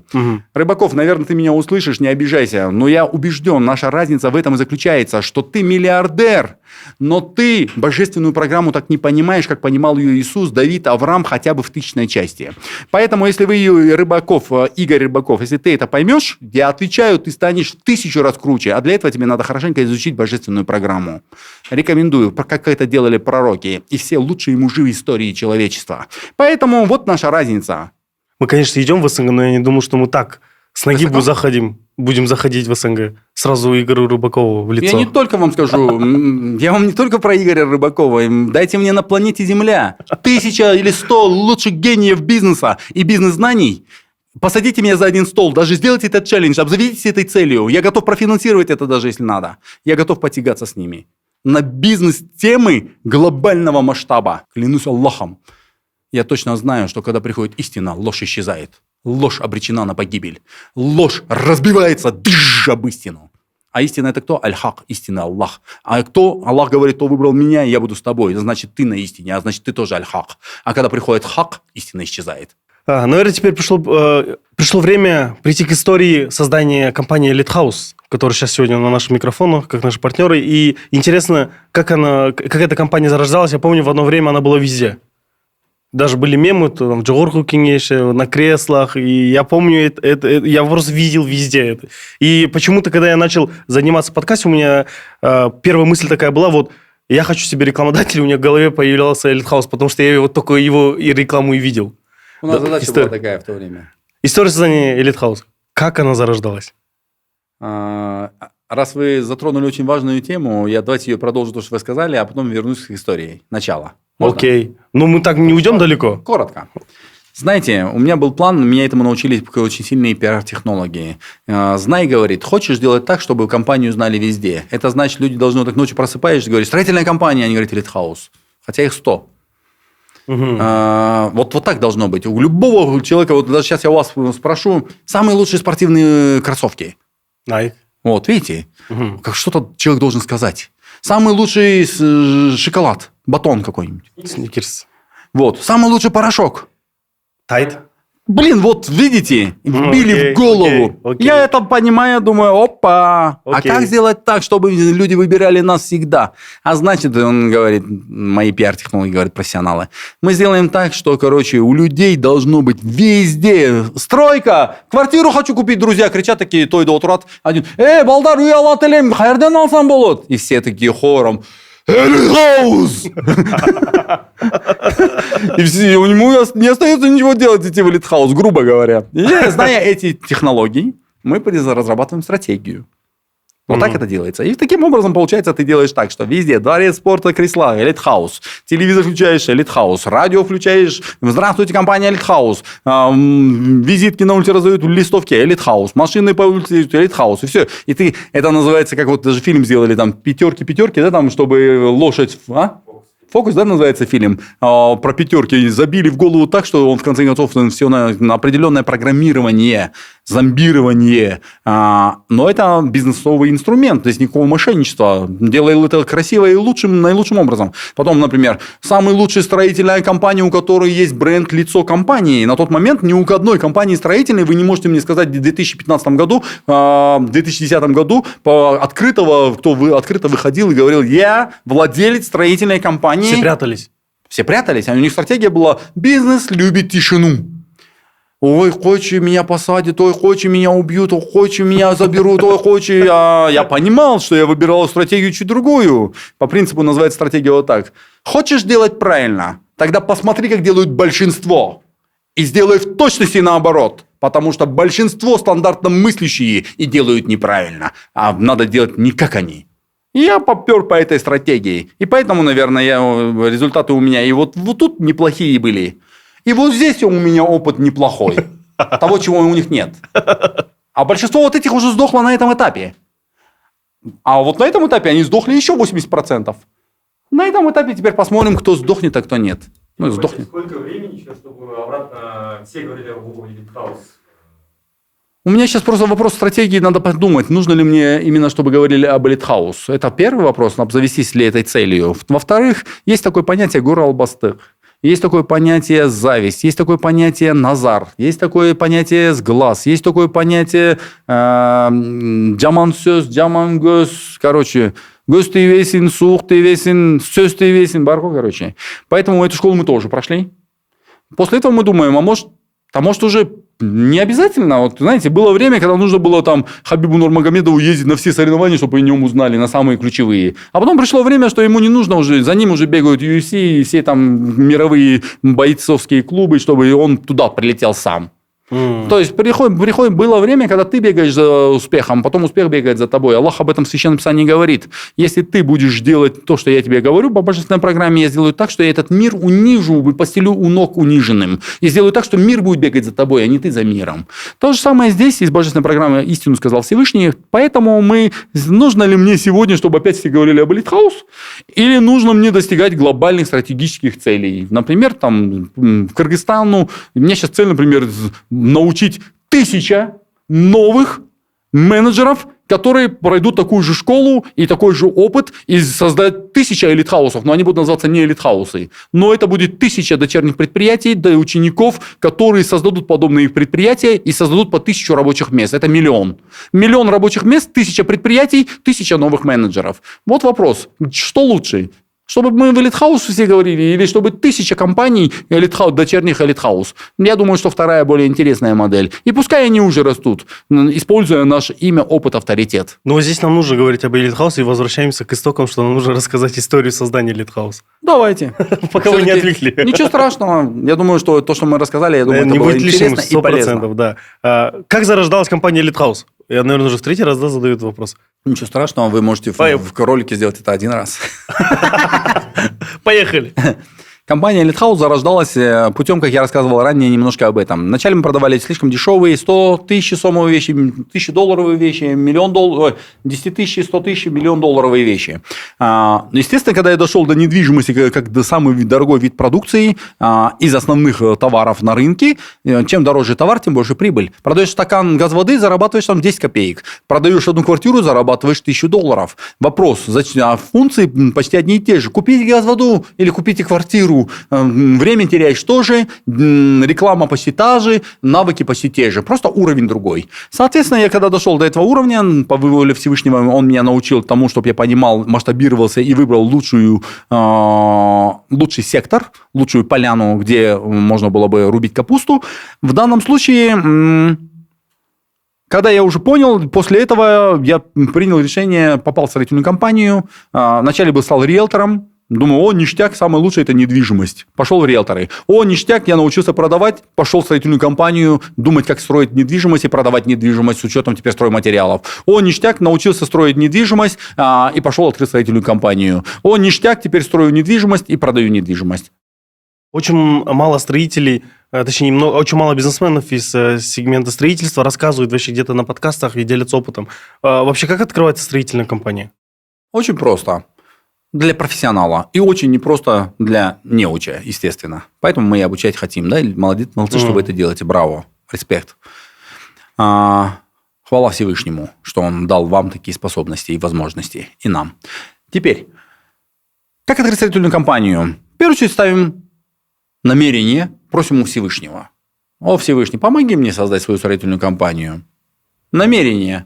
Потом идем за $100, открываем свою Министерство юстиции, открываем компанию, пишем там «строительная компания». Название простое. Тимур Курулуш. И пошел, Вася Курулуш, Петя Курулуш. Или там Талай Курулуш и так далее. Это очень просто. Неплохо. Трамп так и сделал. Трамп Development. Потом стал президентом. Кстати, я по его стратегии много использовал инструментов. Не все, конечно. Есть вещи, которые Трампу... ладно. Хороший мальчик. Идем, смотрите. ОСО открыли. После этого Минюсти ОСО, намерение, просьба к Всевышнему ОСО. После этого идете в строительную компанию работать наемным работником строительной компании. В идеале. Но только, чтобы вы были с целью открыть свою строительную компанию. Вы не идете туда рабом работать на 25 лет. Или 20,5 года. 20,5 года можно, но не 25 лет. Высосать опыт. Конечно. И не только опыт. Высосать все, что можно высосать в рамках дозволенных божественной программы. Это очень важно. Высосать только то, что дозволено божественной программой. Потом дальше идем. Потом поймете, как работают процессы, как работает компания, как работают люди, как работают задачи, как решаются положительные задачи, как решаются отрицательные, как решаются кризисы, как решаются продажи, стройка, финансы, юристы, аналитики, маркетологи, дизайнеры, концептологи и так далее, снабженцы, поставщики товаров. Все это понимаешь, как я сегодня рассказывал одному члену нашей команды, организация должна быть, эта строительная компания называется организация, строительная компания. От слова организация это слово организм. Организм. От слова органы. Почки, печень, сердце, желудок, они все работают, кожа вместе, тело, скелет. Они работают прям в унисон. Всевышний так создал. Лучший механизм – это организм. А значит, все работает идеально. Также в компании выставляешь. Вместо почек там у тебя, допустим, идет финансовая служба, вместо сердца там у тебя генеральная дирекция, вместо мозга у тебя ты учредителей, совет учредителей, вместо, ног у тебя и рук солдаты на полях строителей и так далее. То есть, это целый организм от слова организация и органы. Также и органы внутренних дел, органы государственных структур. Также они подразумеваются, чтобы должны быть мы все как одно единое, работать вместе разные органы, но даем весь организм и достигаем каких-то результатов. Все тело дает определенный результат в этом мире. Поэтому создаются, обучаешься, как работает организм, организация, как работает система, как работает команда, как работают процессы, как работают люди, какие цели, какие амбиции, какие планы, как управляются деньгами, управляются временем, управляются людьми, управляются процессами, управляются рисками, управляются траблшутинг, это проблемы решаются, отстреливаются, GR, работа с государственными органами и так далее, government relations и прочее. Мы изучили это все, идем.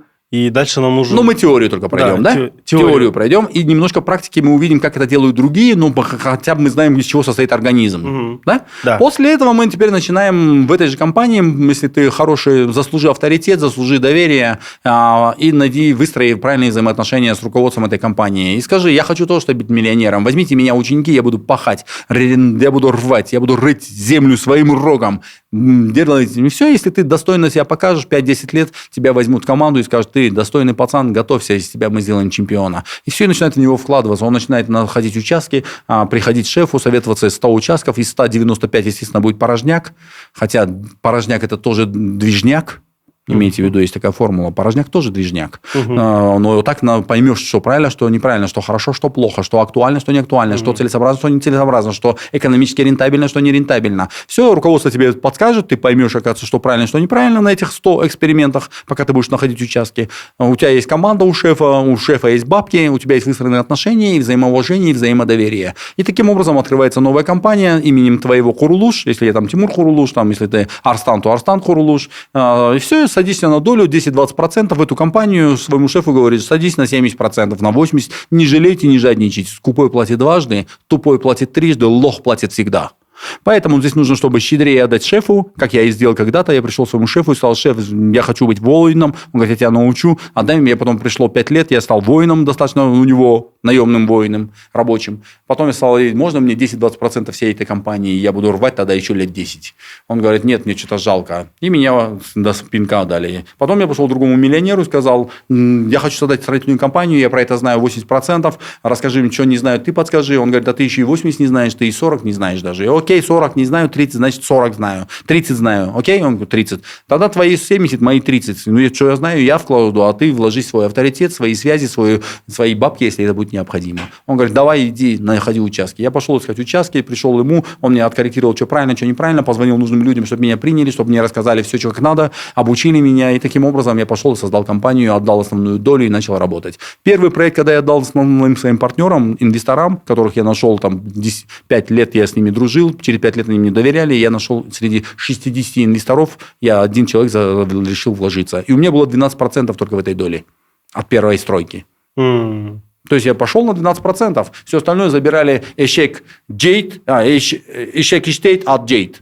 У меня не эшек был он, да, и я принял эту стратегию, короче, я буду пахать, хай они рубят. Но зато я пойму, как это работает в ближайшие 3-5 лет, а потом я сам создам свою компанию. И все и так получилось, 3-5 лет, и я стал через 5 лет владельцем всей компании, создал, выкупил, и все, и стал владельцем. Вы сказали про риск, кто не рискует, тот рискует больше всего. Пожалуйста, хотелось бы еще раз для нашей аудитории вы это повторили. И главное, поностальгировать, я же говорю. Поретроспектировать. Да, на самом деле я убежден, что эта формула работает именно таким образом, что тот, кто не рискует, тот больше рискует. Больше рискует, что он больше ничего не добьется в этом мире. Потому что тот, кто не рискует, у него автоматически даже нет шанса что-то добиться, потому что он заведомо отказался идти по принципу «лучше я, говорит, попробую, а потом буду жалеть». Если я, говорит, лучше попробую, и если у меня не получится, то я потом буду жалеть, что у меня не получилось, лучше это. Я еще раз заново начну. Есть такая формула, гласит так, что лучше, говорит, я попробую сделать что-то, и если у меня это не получится, то я потом буду жалеть, что у меня это не получилось. Это лучше, говорит, чем я буду жалеть, что я в жизни не попробовал это делать. Поэтому в данном случае я, больше такой придерживаюсь стратегии, что рисковать надо, но риски должны быть взвешенные, риски должны быть продуманные, риски должны быть, есть такая наука, называется риск-менеджмент. Это целая прям наука, целая книга, где ты должен просчитывать, продумывать. Есть такая формула, гласит еще так, что риск просчитанный на 100%, безопасный на 100%. Это значит, риск просчитан на 10%, он опасный на 90%. или безопасны на 10%. Поэтому в данном случае, конечно, 100% только Всевышнему принадлежит. В данном случае мы говорим, чем больше коэффициент просчета риска, тем больше шансов достичь успеха и не попасть в эти риск случаи. Поэтому обязательно рисковать надо, обязательно надо действовать. Напишите в комментариях все, кто подностальгировал и вспомнил те самые золотые времена. И напишите в комментариях еще какие-то фразы, которые вы когда-то слышали от Тимурбеки. Да, я могу, кстати, эти фразы вам теперь рассказать с учетом уже, тогда у меня были эти фразы подкреплены только ростом и успехом. А теперь у меня на эти же фразы есть чуть другое мнение. Эти же фразы понимаешь чуть по-другому. То есть мудрец понимает по-своему, глупец по-своему. В то время же я был глупее. А значит, соответственно, я и понимал эту мысль чуть по-другому, не учитывая вторую сторону медали. Теперь я могу вам эти же фразы, пусть побольше их напишут, все мои фразы с моих прошлых всех выступлений, таких коронных, золотых, или как их назвать, успешных. А я готов вам эти же фразы сегодня расклад дать с учетом плюс 10 лет. Через 10 лет. Вот есть такое, что бы ты себе с 40-летней, ты что бы посоветовал бы себе 30-летнему? Что надо делать и что не надо делать? Есть такая формула, прям 40-летний пусть порекомендует себе 30-летнему, что не надо делать и что надо делать. Я могу эти же формулы рассказать очень много, но уже с учетом нынешнего опыта. Это важнее, это очень важно. Ну все, поняли, пишите. Давайте теперь вернемся к вашей личности. Мы так и не договорили про доходы компании. Я о них рассказал, что, возможно, будут, если 1 миллион квадратов будет, то сотни миллионов баксов прибыли. И к вашему состоянию. Я помню, вы во всех своих интервью рассказывали про свое состояние. И, наверное, все, кто помнит, они помнят эти цифры, и им интересно сравнить. Что сейчас? Я так скажу, что я не беднее, чем тогда. Ага. Это пойдет? Так скромно. Я не беднее, чем тогда. Я почему этот вопрос задал? Но в слово бедность или богатство входит не только деньги же, а репутация, имя, узнаваемость, авторитет, доверие. Но если мы говорим про просто деньги, все очень неплохо, все очень хорошо. Угу. И я хочу задать этот вопрос. Ну, давайте так еще, добавлю еще. Добавьте. На тот момент я строил 1000-2000 квартир. Сейчас мы строим 4600 квартир. Угу. Вот так. Математику нужно посчитать. Пусть сами считают. Тоже напишите, как вы думаете, какое состояние у Тимурбеки. Или вы намекаете на то, что сколько у меня стало меньше за счет того, что были вот эти все разные рисковые случаи. И вот как раз-таки мы сейчас возвращаемся к этому. И я услышал тоже от людей, что именно в тот период вы чуть не обанкротились. Компания чуть не обанкротилась. Это правда. Это правда. Это правда. Тогда да. И вы... Наверное, вот помните, коронавирус начался, тяжелые времена пошли, 2020 год были тяжелые времена, на грани мы были, это уже сложности чуть-чуть, 50-50. Потом были немножко определенные, знаете, неурядицы или, как скажем так, испытания, которые довольно известны многим людям, различного рода. И поэтому Всевышний пожелал мне испытать, и было время, что я продал основную долю пакета Elite House и так далее. И я даже думал, что я не вернусь больше в Elite House. Я хотел создать что-то новое, летал в разные страны, отдыхал, высыпался и прочее. И пришел к выводу, что все-таки мне нужна моя страна, мне нужен мой сектор, в чем я профессионал, и мне нужен мои братья и сестры, народ мой, которым кто-то меня любит и уважает, и доверяет. Хотя бы таких, если будет даже 5, я бы и на этих 5 бы сконцентрировался. Угу. Но если их будет больше, это только приветствуется. То есть я готов и на минимум. А значит, когда ты готов на минимум, то ты максимум можешь себе легко принять. И потом в 22-х, 3-4 годах ориентировочно, точнее в 23-х, а потом в 24-м году опять у меня более-менее все пошло хорошо. Альхамдулилля. И что еще добавить? Вы вернулись в компанию? Вернулся в компанию. Вот как раз я тогда, помню, читал то, что вы полностью передали права на компанию, то, что было, ушли. Было. И потом обратно вернулись. Как это все происходило, интересно? Я не думал, что я передам компанию лет 5 назад. Я не думал, что через 3 года, когда я передам компанию, но передал, скажем так. Потом, и то не всю, у меня оставалась доля компании. А потом я не думал, что я обратно вернусь, потому что я был так перегорел и так устал, и 15-20 лет почти без выходных, наверное, пахал как раб на галерах. Кто не знает, что такое галеры, в интернет забейте, будет интересно, и напишите в комментарии. В общем, итого получается... Потом, 3-4 года, когда я восстанавливался, я на тот момент был убежден на 98%, что я больше не вернусь в строительный сектор. Я настолько перегорел, настолько устал. И когда я отдохнул, выспался, хвала Всевышнему, есть такая стратегия, называется... Некоторые люди должны вовремя уметь уйти. Как Хабиб, например, ушел непобежденный. Иногда надо раньше уйти и красиво. А некоторые нет. Вот надо, вот как Мухаммед Али, он уходил, уже его били, он нокаутировали, избивали, в конце он весь Паркинсон, короче, и так далее. То есть, надо уметь уходить вовремя. Я был как Мухаммед Али, короче, мне надо было бить, чтобы я вот только ушел. По принципу, есть такая, говорит, я птица гордая, пока не пнут, не полечу. Это про меня, короче. Я не собирался уходить.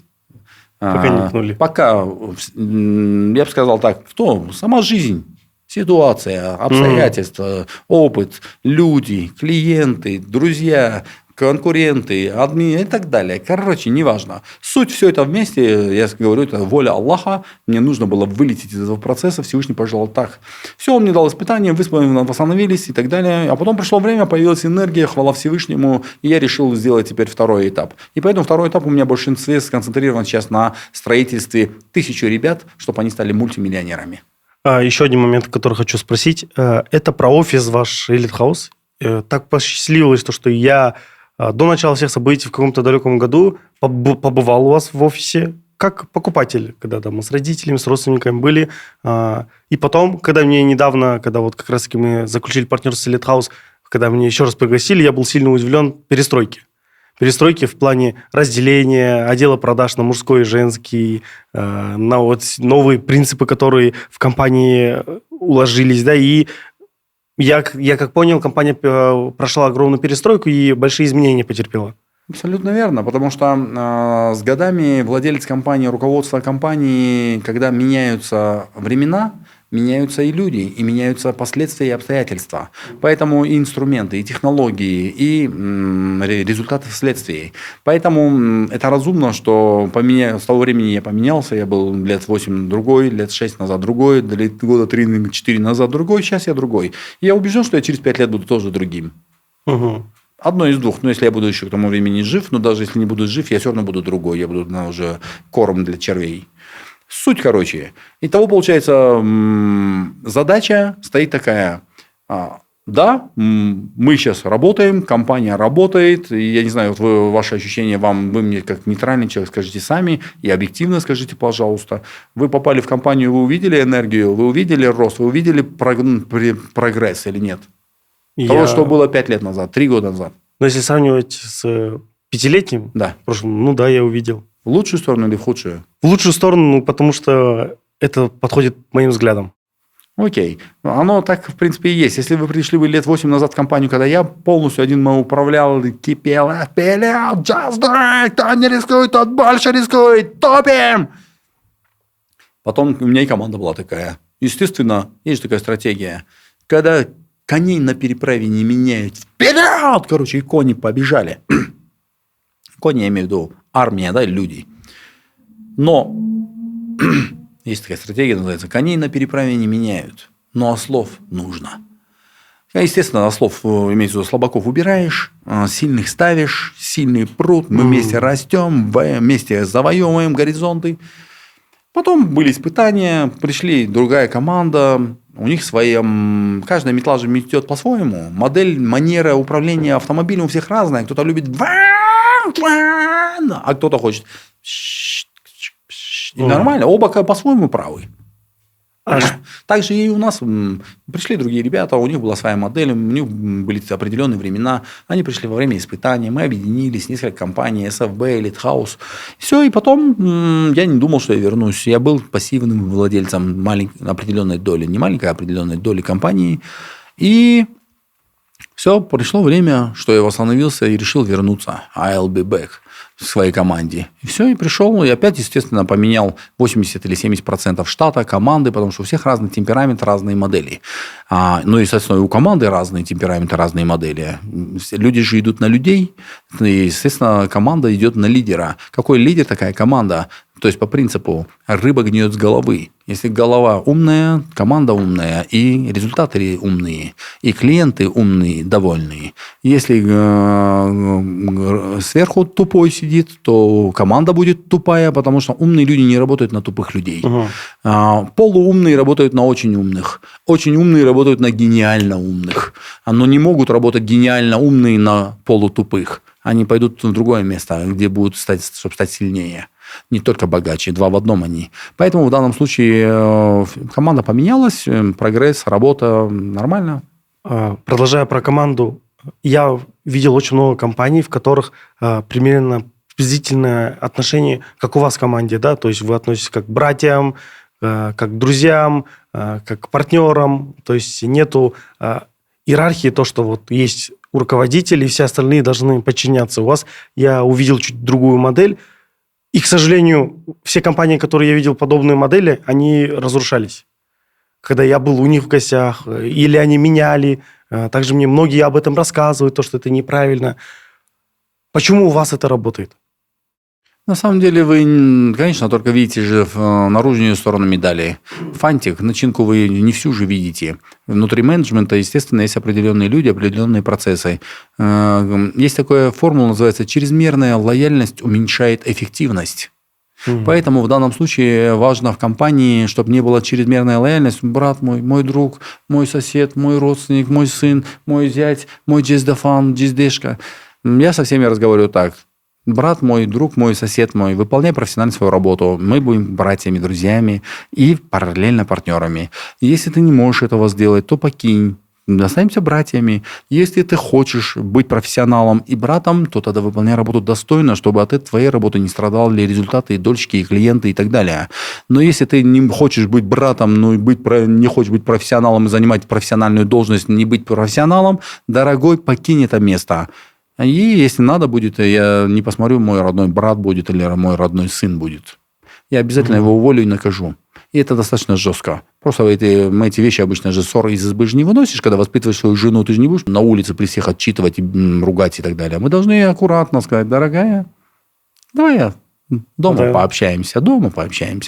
И все, и вот то, что вы видите на улице, то, что у меня хорошо все с моей командой, это, естественно, это нормально, это профессионально, и лояльность, да, высокая, но при условии выполнения результативности. Не будет результата, однозначно будет написано «до свидания». Следующий момент, который хочу спросить. Наверное, зрители, и я в том числе, за 1,5 часа беседы очень большие изменения заметил.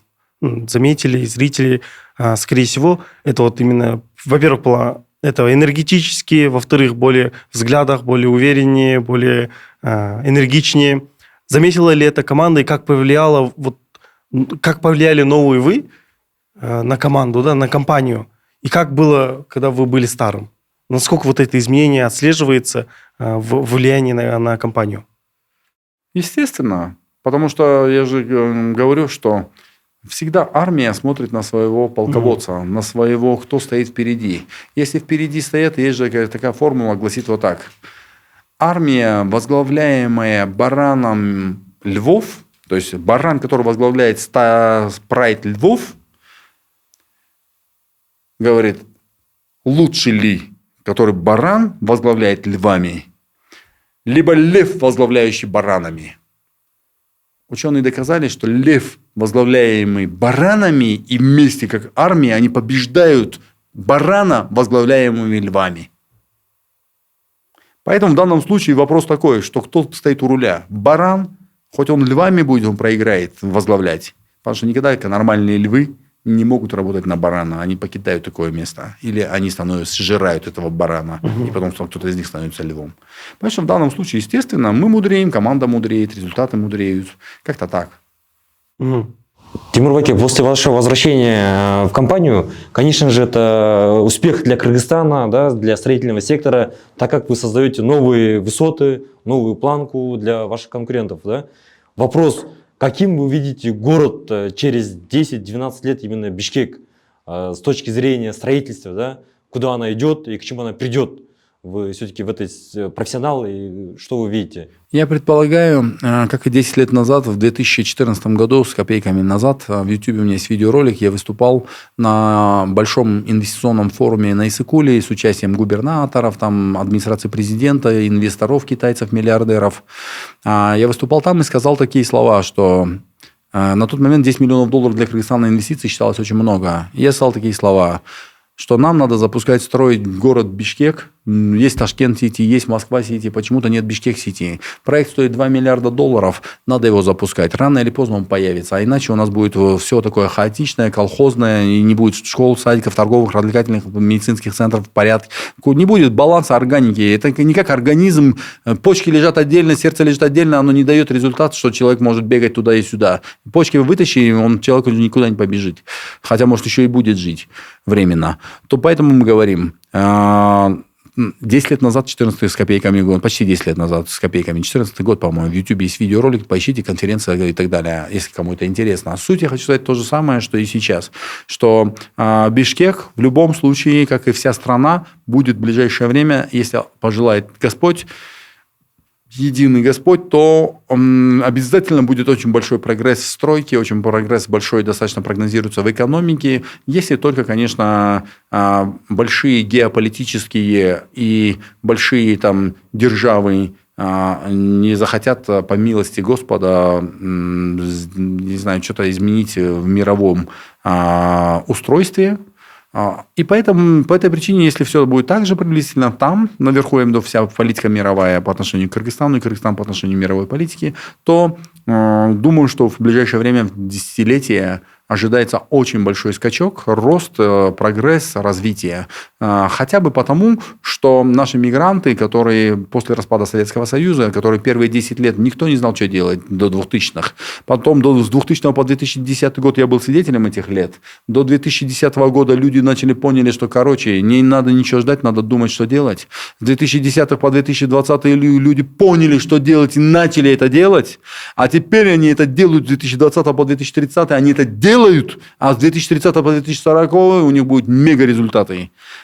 Поэтому эта цель поменялась уже 2 поколения. Грубо говоря, Советский Союз, те, которые еще были работоспособные люди в 90-х, а в 2010-х их уже почти не стало. Да, но появились в 90-х, они в 2020-х, они уже стали 30-летками. Поэтому эти 2 миллиона мигрантов, которые ездят, работают по миру, они раньше работали уборщиками, дворниками, таксистами, многие из них в России, а сейчас они начали работать в Европе, Америке, Дубае и прочее, повысив свой уровень образования, зарплату, сервис и прочее. А значит, их уровень дохода влияет на зону, на экономику нашей страны. Поэтому я уверен, что миллионы и миллионы квадратных метров в ближайшее время будут критически актуальны на миллиарды и миллиарды долларов. И поэтому эксперты по стройке или те, кто еще не эксперты, кто хочет начать заняться строительным бизнесом, риэлторским бизнесом, все, что связано с недвижимостью и стройматериалами, это будет актуально всегда, так как еда, дом и одежда, эти 3 базовые потребности необходимы человеку всегда. И 1000 лет назад, и 100 тысяч лет назад. И через миллион лет тоже будет самое. Еда, крыша над головой и одежда актуальны всегда.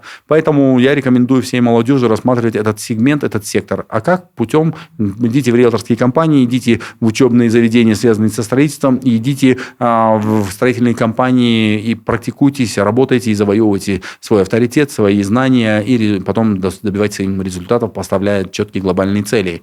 Поэтому прогресс будет большой. Мое мнение. Поэтому всем... Если не случится форс-мажора. Поэтому всем, кто хочет развиваться, расти как предприниматель, до 2026 года мы предлагаем побыстрее инвестировать в Кейсар и Лагуну, потому что потом будет поздно. К тому времени, я думаю, уже, наверное, будет все распродано, да. Может, тогда будут другие проекты.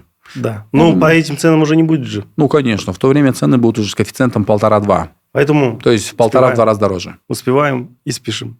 Тимур Баки, вы что-то говорили про iPhone? iPhone, есть такая компания, серьезная компания в мире. Производит 450 миллионов айфонов в мире на сумму 450 миллиардов долларов. И вот один из них кому-то из наших зрителей попадет, да? Может, если заслужит. А ракетка-берекет же. А заслужить можно как? Давайте теперь здесь я расскажу, да? Если кто-то напишет больше всего инсайтов, коронных фраз, крылатых фраз, советов, схем от Тимура Байке в прошлом, за это время, можете за этот подкаст написать. И кто больше всех напишет этих инсайтов, может, вы там 150 напишите, я не знаю. Тот, может, 5. Может, 5 напишите, да. Это будет самым большим количеством. Да вдруг реально больше 5, не знаю.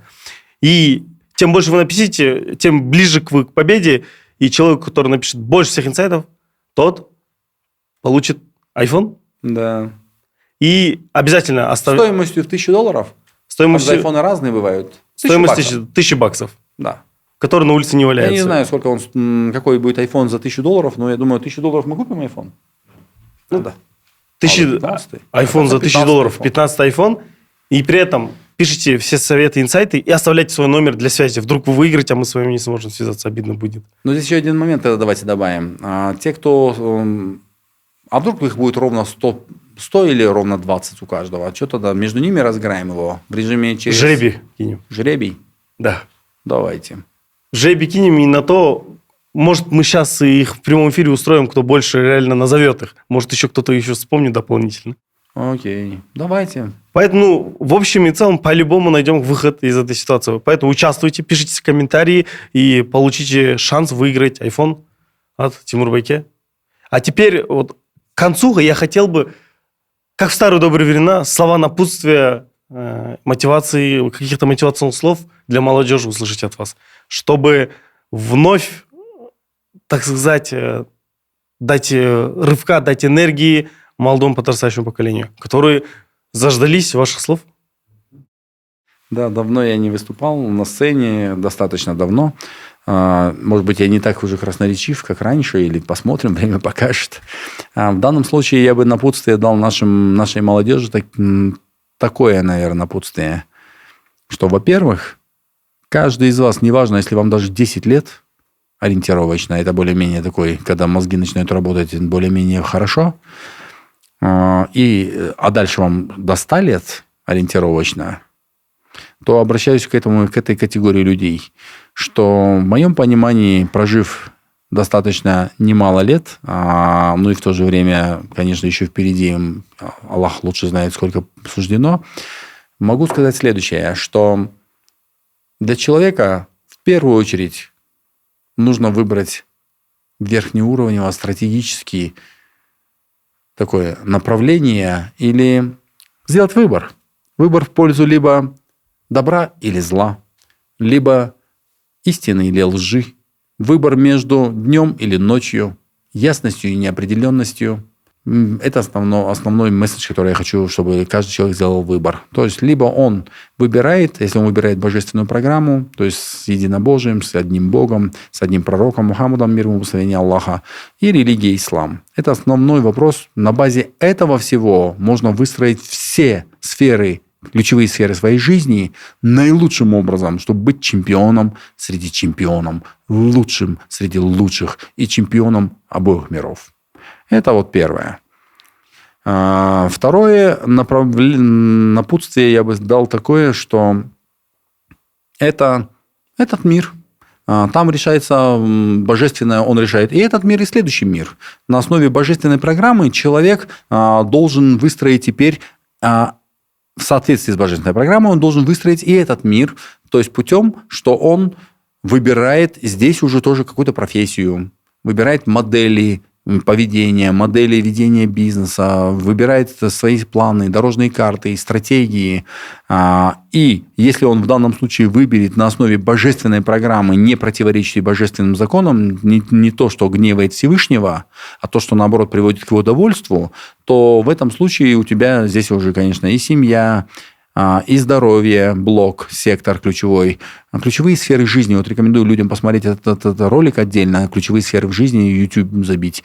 В моем понимании это божественная программа, жить по божественной программе, поклоняться должным образом, подчиняться Богу и его пророку, мир ему, благословение Всевышнему. Дальше идем здоровье, Дальше идем спорт, который поддерживает здоровье. Это быть в форме, тонус, энергия, темперамент, гормоны, тестостерон и прочее. Потом дальше идет, в моем понимании, это семья. То есть вначале ты себя в порядок приводишь, потом у тебя в семье. Если у тебя не в порядке вот здесь здоровье и так далее, то ты семье не будешь нужен в кратчайшей перспективе. Поэтому дальше идет семья. Там жена, муж, дети, родственники, родственные узы, поддерживать, дружить, учиться, общаться, объединяться, встречаться. Потом дальше идем. Ключевые сферы жизни – это уже идет бизнес, деньги, успех, узнаваемость, признание, комфорт, машины, квартиры, дома, айфоны, Мальдивы, путешествия, золото и прочее. Это уже следующее. Бизнес. Тоже, естественно, все должно быть в рамках божественной программы в соответствии с исламской божественной программой. А уже после идет, в моем понимании, это все время благотворительность, обучать других, помогать людям, платить закят, давать садака, призывать людей к добру, делать добро и не делать зло. Благотворительность, благие дела. То есть лучший из вас тот, который делает добро, но если не можешь хотя бы делать добро, то не делай зло. Хадис есть пророка Мухаммада, саллаллаху алейхи вассалям. Поэтому вот такое напутствие. Но и везде вот эти все ключевые сферы, как и первая и вторая, они проходят такой золотой нитью, как вот бусинки нацепляют на ниточку, это все важно. Оно все связано со знаниями. То есть учиться. То есть выработать навык научиться учиться. То есть этим самым человек, когда научится учиться, выработает этот себе навык, то системно, регулярно, последовательно, постоянно, то после этого он уже начнет изучать и вопросы мирского успеха, и вопросы божественного и этого будущего мира. И эти вещи нужно синергировать, быть лучшим по программе божества, какими были пророки или сподвижники пророков, мир им всем, благословение Всевышнего, и стать лучшим мужчиной, мужем или лучшим мужчиной этого века, этого тысячелетия, и быть примером для всех, которые существуют в окружении вашего, в поле, в зоне вашего влияния. И постарайтесь стать лучшими из лучших, никто вам не запрещает. Единственное, кто вам запрещает, это только вы сами. Уберите все ограничивающие убеждения и топите, just do it. Просто делай и делай просто. У меня к вам 3 вопроса. Очень можно коротко. И на последний максимально коротко. Первый вопрос. Что для вас значит слово «нахта»? Я не очень знаю слово «нахта». Это что такое? На кыргызском это слово? Да, это нахта. арабское слово? На кыргызском «нахта». Подлинный, истинный, настоящий. У нас вот «нахта» подкаст. Подлинный, настоящий, трушный, как она есть. И все эти объяснения. Я вам могу перезадать. Давайте перезадайте. Как вы понимаете слово «нахта»? В моем понимании слово «нахта» – это, получается, настоящее, оригинальное, истинное, честное, прямое, откровенное, ясное. Ведь ясность и сила неопределенность убивает. А самое главное, что это должно быть, естественно, на божественной программе. Эти все потому что если эти критерии используют многие мошенники, но прикрываясь этим. Но это вот именно в основе своей истина. Ну, имеется в виду истина натурально, оригинально, качественно. А кто самый нахта в Кыргызстане? Самый нахта в Кыргызстане – Всевышний Господь. Аллах. Во всем мире. Всегда, во всем. Ну, вы сказали в Кыргызстане, я сказал в Кыргызстане тоже. И последний. Или после него кто? Пророк Мухаммад, саллаллаху алейхи вассалям. Не, в Кыргызстане же его нету. В Кыргызстане есть только Аллах. Ну почему? Ладно, если теоретически, окей. Ну окей, ладно, если вы хотите сказать, что его программа, то, конечно, программа божественная, это после пророка саллям. А если вы скажете, я думал, вы из людей имеете в виду, или из творений, из вообще живых. Аллах живой, вечно слышащий. И поэтому Аллаху принадлежит могущество. Он первый, Он последний, Он единый. И Он мудрый, и Он знающий. Хаким, Алим и так далее. Поэтому он Джамиль, красивый. Все принадлежит ему. Поэтому он самый. А если говорим теперь уже о людях, то тогда давайте, если вы задали это, вы это имеете в виду? Из людей давайте. Кто самый нахта, что ли? Из людей. Кто самый нахта? Да. Самый нахта, политический вопрос. Можно бизнесмена какого-то, можно из бизнесмена? Родителей, можно детей называть. Это вот объективно, здесь нужно отвечать субъективно, только опираясь на свое мнение. Можно вообще своих родственников называть. Лучший из вас, пророк, саллаллаху алейхи вассалям, сказал, лучший из вас тот, кто изучает божественную программу Коран и учит ее другим, и применяет в своей жизни. Вот он, нахта. Оригинальный ответ. И самое последнее. Вам нужно завершить этот подкаст одной коронной фразой. Максимум 5 букв, точнее 5 слов. Прошу Всевышнего даровать успех всем мусульманам мира. Но, иншаллах, вы знаете, даже этот месседж это является политическим на весь мир, когда палестинцев убивают и весь мир наблюдает. Поэтому, если это то, что мне от сердца вышло, я бы добавил туда победу и над немусульманами. Но в данном случае это будет слишком мировая фраза, которая влечет за собой большие последствия и вашему каналу, и мне лично. Но возможно, если Аллах пожелает. Но если мы говорим теперь из такого, более такого местечкового, локальненького, то фраза была бы, наверное, такая. Пусть Всевышний нам поможет достичь самых лучших результатов, которыми он будет доволен и приведет нас к наилучшим результатам. Еще короче. 5 слов. Вот. Пусть Всевышний поможет нам. Нет, прошу Всевышнего, чтобы он помог нам достичь глобальных благих целей. Это был Нахта подкаст.